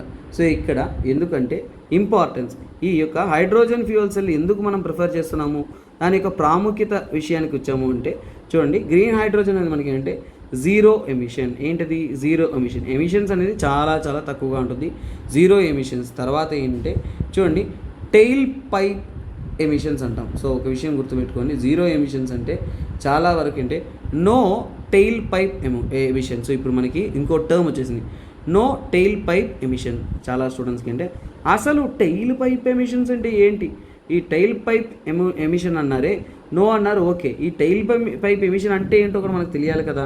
సో ఏంటంటే ఫర్ ఎగ్జాంపుల్ అంటే ఎక్కడైనా టెయిల్ పైప్ ఎమిషన్ అంటే ఏమంటామంటే సచ్ యాజ్, అంటే ఎమిషన్స్ ఎలా జరుగుతుందంటే అంటే గ్యాసెస్ అండ్ అదర్ రేడియేషన్స్, అంటే గ్యాసెస్ ఆర్ రేడియేషన్స్, గ్యాసెస్ కానీ రేడియేషన్స్ కానీ అట్మాస్ఫియర్లోకి రిలీజ్ అయింది అనుకోండి, అంటే ఇతర గ్యాసెస్, అంటే ఒక ప్రాసెస్ జరుగుతున్నప్పుడు అట్మాస్ఫియర్లోకి గ్యాసు రేడియేషన్స్ ఇలాంటి వాటిని మనం రిలీజ్ చేస్తున్నామంటే దాన్నే మనం టెయిల్ పైప్ ఎమిషన్ అంటాం. ఈ పదం చాలా క్రూషియల్, కొత్తగా ఒక టర్మ్స్ వస్తున్నప్పుడు చాలా జాగ్రత్తగా చదవాలని చెప్తాను నేను. అందులో ఇది టెయిల్ పైప్ ఎమిషన్ అంటే ఏంటంటే గ్యాసు ఇతర రేడియేషన్ అంతరిక్షంలో కలిసిపోతున్నాయి, స్పేస్లో కలుస్తున్నాయి, మన యొక్క అట్మాస్ఫియర్లో కలిసిపోతున్నాయి, అంటే అలాంటప్పుడు దాన్నే ఏమంటాం టెయిల్ పైప్ ఎమిషన్ అంటాం. ఇలాంటి టెయిల్ పైప్ ఎమిషన్స్ అంతా కూడా ఇక్కడ జరగదనేది క్లియర్గా చెప్తున్నారు. అలాగే క్వైట్, చాలా సైలెంట్గా తన పని చేసుకుంటూ వెళ్ళిపోతుంది. అలాగే ఏంటి ఈజియర్, అంటే ఏంటి ఈజియర్గా ఏంటి, మనము ఈ యొక్క ఆపరేషన్స్ అనేది ఈజీగా కొనసాగించవచ్చు అనేది మనం చెప్పచ్చు. అన్నీ బాగానే ఉంది అలాగే అంటే హ్యాపీగా సార్, అన్నీ సూపర్గా ఉంది సార్, మళ్ళీ ఏమి ఇబ్బంది సార్ అనుకోవచ్చు. ఇక్కడ ఇష్యూస్ కూడా ఉన్నాయండి. సో ఇప్పుడు మనం ఒకటి అర్థం చేసుకోవాలి, హైడ్రోజన్ ఫ్యూయల్ అనేది ఎంత బెనిఫిటో కొన్ని ప్రాబ్లమ్స్ కూడా అలాగే ఉంటుంది. సో ఆ ప్రాబ్లమ్స్ ఏంటో మనం చదవాలి కదండి. ఇష్యూస్లోకి వచ్చారంటే హై కాస్ట్ అండి, చాలా చాలా చాలా కాస్ట్లీ. మామూలుగా ప్రొడ్యూస్ చేసే ఫ్యూయల్స్ కన్నా కానీ హైడ్రోజన్ ఫ్యూయల్ యొక్క కాస్ట్ 5-10 టైమ్స్ ఎక్కువ ఉంటుందని చెప్తున్నారు. అలాగే స్టోరేజ్, హైడ్రోజన్ అనేది అంత ఈజీగా మనం ఎక్కడ పడితే అక్కడ స్టోరేజ్ అనేది చేసుకోలేం. సో ఇక్కడ స్టోరేజ్ అనేది ఒక కాంప్లెక్స్ ప్రాసెస్గా అనేది చెప్తుంటారు.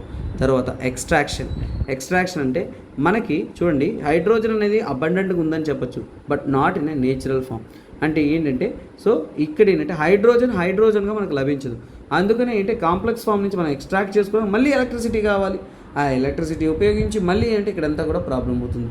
సో ఇవి వాళ్ళు చెప్తున్న కొన్ని ప్రాబ్లమ్స్, ఒక ఓవరాల్గా ఒక ప్రాబ్లమ్స్ ఏంటో మనం చెప్పాను అనమాట. ఈ విధంగా ప్రతి చిన్న ఆర్టికల్ని కూడా ఒక కాంప్రహెన్సివ్ నోట్స్ ద్వారా మీకు అందిస్తూ ఉంటానండి. Keep following. మన నోట్స్ కూడా మీకు టెలిగ్రామ్లో అందుబాటులో ఉంటుంది కాబట్టి అక్కడ మీరు ఫాలో అవ్వచ్చు అనమాట. తర్వాత చూడండి ఆప్షనల్ ఇన్ఫినిటీ అనేది మీకోసం అద్భుతంగా అందిస్తూ ఉన్నాము.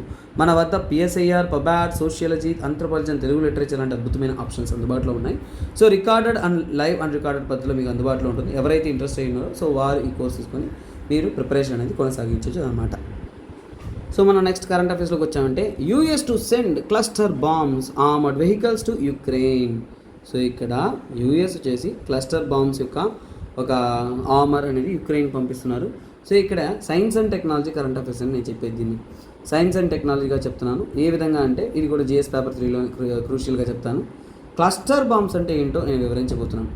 చూడండి యూఎస్ ఇష్యూ ఏంటి, యుక్రెయిన్ ఇష్యూ ఏంటి, రష్యా ఇష్యూ ఏంటి అని చాలాసార్లు మీరు చదివారు. ఫస్ట్ ఆఫ్ ఆల్ ఏంటంటే కొద్దిగా టెక్నికల్గా ఏంటంటే మనకి అసలు క్లస్టర్ బాంబ్ అంటే ఏంటి అనేది మనం తెలుసుకున్నాం. సో అందులోనే సైన్స్ అండ్ టెక్ ఆర్టికల్గా నేను చెప్తున్నాను అనమాట. సో ఫస్ట్ ఆఫ్ ఆల్ అంటే క్లస్టర్ బాంబ్ అంటే ఏంటి? ఈ క్లస్టర్ బాంబ్ని మనం ఏమంటామంటే this is also called as cluster munition. ఏమంటాం దీన్ని? క్లస్టర్ మ్యూనిషన్ అని కూడా అంటాం. ఏమంటాం దాన్ని? క్లస్టర్ మ్యూనిషన్ అంటాం. మ్యూనిషన్ అంటే కూడా బాంబ్ అనేది సూచిస్తుంది, ఈ రెండు పదాలు. సో ఇక్కడ క్లస్టర్ మ్యూనిషన్ అయినా సరే, క్లస్టర్ బాంబ్ అయినా సరే అసలు ఏంటిది? ఫస్ట్ ఆఫ్ ఆల్ ఇక్కడ చూడండి, మనకి దీనికి నేనే ఒక డ్రాయింగ్ అనేది వేసి మీకు చూపిస్తాను చూడండి. సో ఇక్కడ ఒక క్యానిస్టర్ ఉంటుందండి. ఫర్ ఎగ్జాంపుల్ అంటే ఒక లార్జ్ క్యానిస్టర్ అనేది ఉంటుంది. సో ఇదేంటో ఇది ఒక మనకి బాంబ్ క్యారీ చేసేలాగా అనుకుందాం. సో ఇందులో ఏంటంటే ఒక క్యానిస్టర్ అంటాం. దీంట్లో ఏంటంటే ఇక్కడ ఒక ఫ్యాన్ లాగా ఉంటుంది. ఏంటంటే ఈ విధంగా ఫ్యాన్ అనేది ఉంటుంది. సో ఈ విధంగా, సో ఇక్కడ చూడొచ్చు, ఇక్కడ ఇమేజ్ చూసిన ఈ విధంగా అనేది ఒక ఫ్యాన్ లాగా ఉంటుంది. ఇక్కడ ఏంటంటే దీంట్లో ఏంటంటే ఈ క్యానిస్టర్ ఏంటంటే చాలా బరువు కలిగి ఉంటుందండి. సుమారుగా ఏంటంటే ఒక 454 kgs 500 kgs బరువు అనుకుందాం. సో దీన్ని ఏమంటాం మనము? క్యానిస్టర్. ఏమంటాం మనము? క్యానిస్టర్ అనమాట. ఈ క్యానిస్టర్ స్పిన్ అవుతూ ఓపెన్గా అవుతుంది. స్పిన్ అవుతూ పోతున్నప్పుడు ఏంటంటే ఈ పార్ట్ అంతా కూడా ఓపెన్ అవుతుంది. ఇందులో ఏంటంటే చూడండి చిన్న బాంబ్స్ ఉంటాయి అన్నమాట. ఏముంటాయి? ఇవన్నీ కూడా బాంబ్స్. చూడండి, బాంబ్స్ అంటే నెంబర్ ఆఫ్ బాంబ్స్ అంటే ఏంటి? 200 బాంబ్లెట్స్ ఉన్నాయి అన్నమాట. 200 బాంబ్లెట్స్ అంటే ఏంటి? చిన్న బాంబ్స్ అని. సో ఈ క్యానిస్టర్ అనేది ఒక పెద్ద బాంబు, దాంట్లో ఏంటి చిన్న బాంబ్స్ ఉంటాయి. సో ఎప్పుడైతే ఇది రొటేట్ అయ్యి ఓపెన్ అవుతుందో ఇది ఒక ప్లేస్ని అటాక్ చేస్తుంది అనుకోండి. అటాక్ చేసినప్పుడు ఏంటంటే ఆ ప్లేస్లో ఏంటంటే ఇది ఒక ప్లేస్ అనుకుందాం. So this is a place. ఆ ప్లేస్లో మనం బాంబ్ వేసినామంటే ఇది ప్రిసైజ్ టార్గెట్ కాదు. ఇలా వస్తున్న బాంబ్ అనేది ఇక్కడి నుంచి అంటే స్ప్లిట్ అవుతుంది. స్ప్లిట్ అయ్యి నెంబర్ ఆఫ్ ప్లేసెస్లో అనేది బాంబ్గా పడుతుంది. సో ఈ విధంగా ఏంటి? డిస్ట్రిబ్యూటెడ్ బ్లాస్టింగ్స్ అనేది ఎక్కువగా జరుగుతుంది. ఇలాంటి వాటిని క్లస్టర్ బాంబ్స్ అంటాం. అంటే క్లస్టర్ బాంబ్స్ అంటే ఏంటి మీకు అర్థమైపోతుంది? కన్వెన్షనల్ మ్యూనిషన్ అంటే క్లస్టర్ బాంబ్స్ అంటే కన్వెన్షనల్ నార్మల్గా వాడుతున్న ఒక టైప్ ఆఫ్ మ్యూనిషన్. సో ముఖ్యంగా కన్వెన్షనల్ మ్యూనిషన్ అంటే సాధారణంగా వాళ్ళు ఉపయోగిస్తున్న బాంబింగ్ వాటిలో అంతా కూడా ఉపయోగిస్తుంటారు. అలాంటి ఒక కన్వెన్షనల్ మ్యూనిషన్ అనమాట. కాకపోతే ఇది ఏంటంటే ఒక స్పెషల్ డిజైన్. ఏంటంటే ఇది specially for dispersed attack. Dispersed attack అంటే ఏంటో మీరు తెలుసుకోవాలి. డిస్పర్స్ ఎక్స్ప్లోసివ్ అంటారు. డిస్పర్స్ ఎక్స్ప్లోసివ్ ఫార్ అటాక్స్ అంటే అటాక్స్ చేయడానికి ఇది డిస్పర్స్ ఎక్స్ప్లోసివ్ అంటే ఒక చోట ఇది టార్గెట్ చేయదు. It will have sub munition అంటే ఏంటి? ఒక పెద్ద బాంబ్ లోపల సబ్ మ్యూనిషన్ ప్రెసెంట్ అంటే చిన్న బాంబ్స్గా చాలా ఉంటాయి అన్నమాట. అంటే మోర్ ఎక్స్ప్లోసివ్స్ ఎక్కువగా ఎక్స్ప్లోసివ్స్ అనేది ఉంటుందన్నమాట. అలాగే ఏంటంటే ఇవన్నీ కూడా నాన్ ప్రెసిషన్ టార్గెట్స్ అంటే ఏంటి? చూడండి, అటాక్స్ అనేది పలు రకాలుగా జరుగుతుంది. అందులో ఏంటంటే కొన్ని బాంబ్స్ ఏంటంటే ప్రెసిషన్ టార్గెట్ అంటే ఇక్కడ నుంచి స్టార్ట్ అయ్యి ఈ ప్లేస్ అంటే ఇక్కడ దాడి చేస్తుంది, వేసేస్తుంది. ఇలా ఏంటంటే ఇక్కడ నుంచి స్టార్ట్ అయ్యి ఇక్కడ అంటే పర్టికులర్ ప్లేస్ని మాత్రం అటాక్ చేస్తుంది, దాన్ని ప్రెసిషన్ టార్గెటింగ్ అంటాం. బట్ ఇక్కడ ఏంటి? ఒక చోట పడుతుందా? ఇలా మల్టిపుల్ బాంబ్స్ పడుతుంది కండి. అంటే ఏంటి? ఒక చోట కాకుండా ఒక ప్రాంతాన్ని కాంట్రిబ్యూట్ చేస్తుంది. అంటే ఒక ప్రాంతాన్ని ఇది అటాక్ చేస్తుంది. అంటే ముఖ్యంగా అంటే లార్జ్ ఏరియా, ఒక హ్యూజ్ ఏరియాని మనము బ్లాస్ట్ చేయడానికి, డిస్టర్బ్ చేయడానికి, ముఖ్యంగా ఏంటి? హ్యూజ్ ఏరియాలో హ్యూమన్స్ని మనం డిస్ట్రాయ్ చేయాలైనా సరే, అలాగే ఏంటంటే వెహికల్స్ని మనం డిస్ట్రాయ్ చేయాలైనా సరే, తర్వాత ఏంటి? ఇన్ఫ్రాస్ట్రక్చర్ అంటే కొన్ని కట్టడాలని కానీ, రన్వేస్ కానీ, రైల్వేస్ని కానీ, ఇలాంటి ట్రాన్స్మిషన్ లైన్స్ కానీ, ఇలాంటి ఇన్ఫ్రాస్ట్రక్చర్ని కూడా మనం కూల్ చేయాలనుకుంటున్నప్పుడు మనం యూజ్ చేసేదే ఈ యొక్క క్లస్టర్ మ్యూనిషన్ బాంబ్ అనమాట. ఎయిర్ క్రాఫ్ట్ ద్వారా దీన్ని డ్రాప్ చేసినప్పుడు అది ఫ్లైట్లో గిరగిర తిరుగుకుంటూ వస్తుంది. వెంటనే అది ఓపెన్ అప్ అయిన తర్వాత చిన్న బాంబ్స్ అన్నీ కూడా అక్కడక్కడంతా కూడా రాలిపడి అక్కడంతా కూడా ఏంటంటే చాలా ఇబ్బంది అనేది చేస్తుంది అనమాట. అలాగే ఈ క్లస్టర్ బాంబ్స్లో కొన్ని సమస్యలు కూడా ఉన్నాయండో. అది ఏంటంటే చూడండి, ఫ్యూ డోంట్ ఎక్స్ప్లోడ్. ఎందుకంటే చూడండి చాలా చిన్న బాంబ్స్గా పోతుంది కాబట్టి ఫ్యూ డోంట్ ఎక్స్ప్లోడ్స్ అనమాట. సో అందువల్ల ఏంటంటే థ్రెట్ టు లోకల్స్ అంటే థ్రెట్ టు సివిలియన్స్. ఒక యుద్ధ సమయంలో యుద్ధం చేసినా సరే తర్వాత ఏంటంటే ఆ లోకల్ పీపుల్లో ఉంటున్నవారు, లోకల్ ప్రాంతంలో ఉంటున్న వారికి అది ఒక పెద్ద హానికరం అని చెప్తున్నారు. అది ఎనీ టైం అనేది బ్లాస్ట్ అవ్వచ్చు, ఎక్స్ప్లోడ్ అవ్వచ్చు అనేది ఇక్కడ వస్తున్న ఒక డేంజర్ అనేది. సో ఇది ఒక ఓవరాల్గా ఏంటంటే ఒక బ్రీఫ్ వ్యూ. క్లస్టర్ బాంబ్ అంటే ఏంటి, క్లస్టర్ మ్యూనిషన్ అంటే ఏంటి. సో యుఎస్ వారు ఈ యొక్క ఆర్మ్డ్ వెహికల్ అనేది సో కాల్డ్ యుక్రెయిన్కి అనేది అందిస్తూ ఉన్నారు అనేది ఇక్కడ మనకు అర్థమవుతుంది. సో ఇది రష్యా అండ్ యుక్రెయిన్ యుద్ధంలో యూఎస్ యొక్క ఇన్వాల్వ్మెంట్ వాటిని తెలుపుతూ ఉంది. ఎందుకంటే క్లస్టర్ బాంబ్ అనేది ఎలాంటి ఒక న్యూక్లియర్ బాంబో పెద్ద పెద్ద బాంబ్స్ కాదు, చిన్న variety simple thing, but a group of bombs అనేది క్లియర్గా ఐడియా తెలుసుంటే సంతోషం అనమాట. So guys, next current affairs అనేది మనకి హిందూ పేపర్లో అయితే లేదు, బట్ ఇది జాగ్రఫికల్గా ఇంపార్టెంట్ కాబట్టి నేను మీకు చెప్తున్నాను. సో ఇది ఏంటంటే ఇక్కడ మీరు చూస్తున్నది ఏంటంటే ఒక వాల్కనో అండి. సో ఈ వాల్కనో అనేది పెరూలో ఉంది, పెరూ దేశంలో అనేది ఈ వాల్కనో అనేది లొకేట్ అయింది. సో ఈ వాల్కనో గురించి మనం కొన్ని పాయింట్స్ తెలుసుకుందాము. దీన్ని ఏమంటారంటే న్యూస్లో రెగ్యులర్గా ఉంది, 2 డేస్గా నేనైతే వేరే ఇండియన్ ఎక్స్ప్రెస్ అక్కడ చదువుతున్నాను. యుబినాస్ వాల్కనో అంటారు, నేను న్యూస్లో చదువుతూ ఉన్నాను, అందుకనే మీకు దీన్ని ఇచ్చాను. So Ubinas volcano. So Ubinas volcano అంటే ఏంటి, ఎందుకు ఇది ఇంపార్టెంట్, ఇది ఎక్కడుంది, పెరూ దేశంలో ఉందన్నమాట. ఇది ఎక్కడుంది, పెరూ దేశంలో ఉంది. సో మ్యాప్ చూపిస్తాను, డోంట్ వరీ. సో అలాగే అంటే ఈ వాల్కనో అనేది ఏ యొక్క మౌంటైన్ మీద ఉంది, యాండెస్ యొక్క చైన్లో ఉంది. అలాగే ఏంటంటే ఇది ఏంటంటే this is part of ring of fire, Pacific ring of fire ఏదైతే ఉంటుందో ఆ రింగ్ ఆఫ్ ఫైర్లో ఒక భాగమే ఈ యొక్క సో కాల్డ్ యుబినాస్ వాల్కనో అన్నమాట. సో అలాగే ఏంటంటే ఇది చాలా వరకు ఏంటంటే నెంబర్ ఆఫ్ వాల్కనోస్ దీని చుట్టూ ఉంటుంది. సో లాస్ట్ 500 ఇయర్స్గా కూడా ఏంటంటే ఇది సో 26 ఎరప్షన్స్ అనేది చేసిందని చెప్తున్నారు. సో అలాగంటే ఇది ముఖ్యంగా తీసుకున్నా అంటే పెరూలో ఉంటున్న ఇంపార్టెంట్ వాల్కనోస్లో ఇది కూడా ఒకటని చెప్తున్నారు అనమాట. సో అలాగే ఈ యొక్క వాల్కనోని ఏమంటాం మనం, స్ట్రాటో వాల్కనో అంటాం. ఏమంటాం, స్ట్రాటో వాల్కనో అంటారు. సో ఇక్కడ చూడండి, ఈ వాల్కనో చూస్తేనే మీకు అర్థమవుతుంది ఎలా ఎత్తుగా ఉందో, ఎలా బ్లాస్ట్ అవుతుందో, that is what you can see.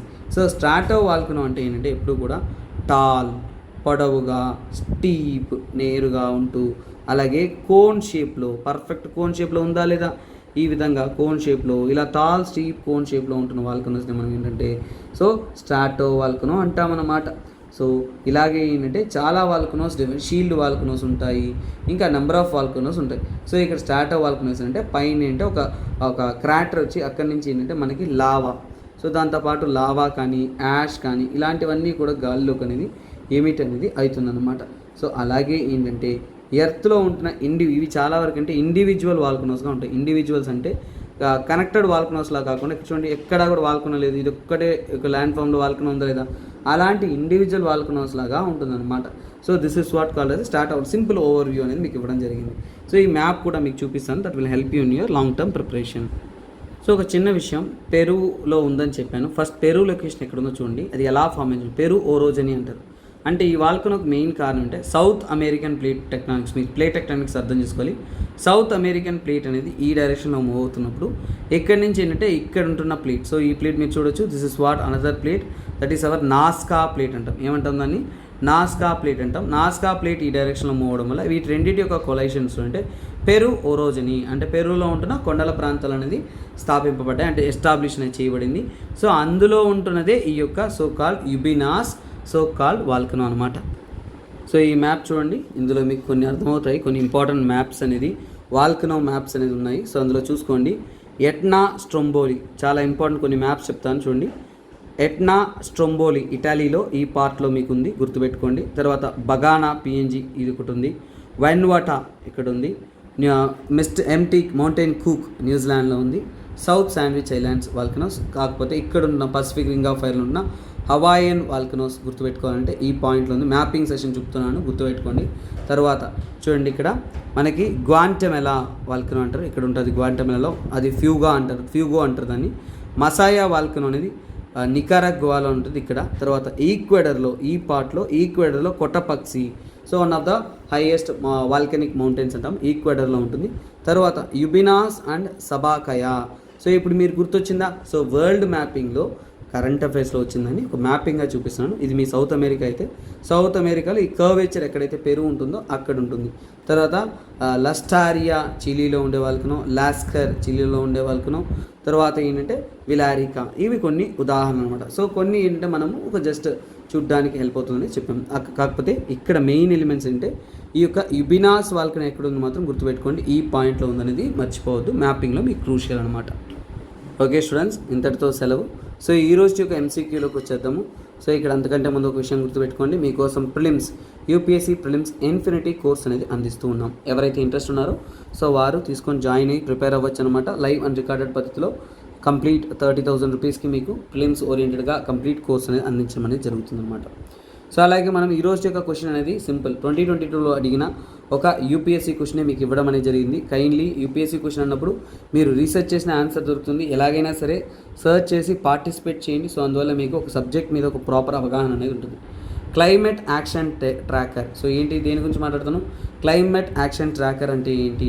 So which monitors the emission reduction pledges of different countries అంటే ఏంటనేది మీరు ఇక్కడ. It is a database created by cooperation of research organisation, wing of International Panel of Climate Change, లేదంటే United Nations Framework Convention on Climate Change, దాంట్లో భాగమా ఏంటనేది మీరు చూసుకొని మీరు ఆన్సర్ చేయొచ్చు అనమాట.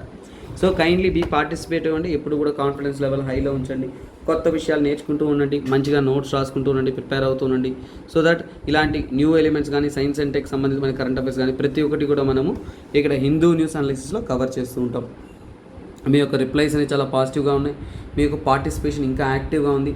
I'm thanking you for you. So ఇంకా కూడా will try to not delay. So కొన్ని సిచ్యువేషన్స్లో will be out of term on situation, అలాంటప్పుడు డిలే అవుతుంది. But I will try to make it qualitative అండి. Okay guys, thanks for supporting. So నేను మీ SPR signing of.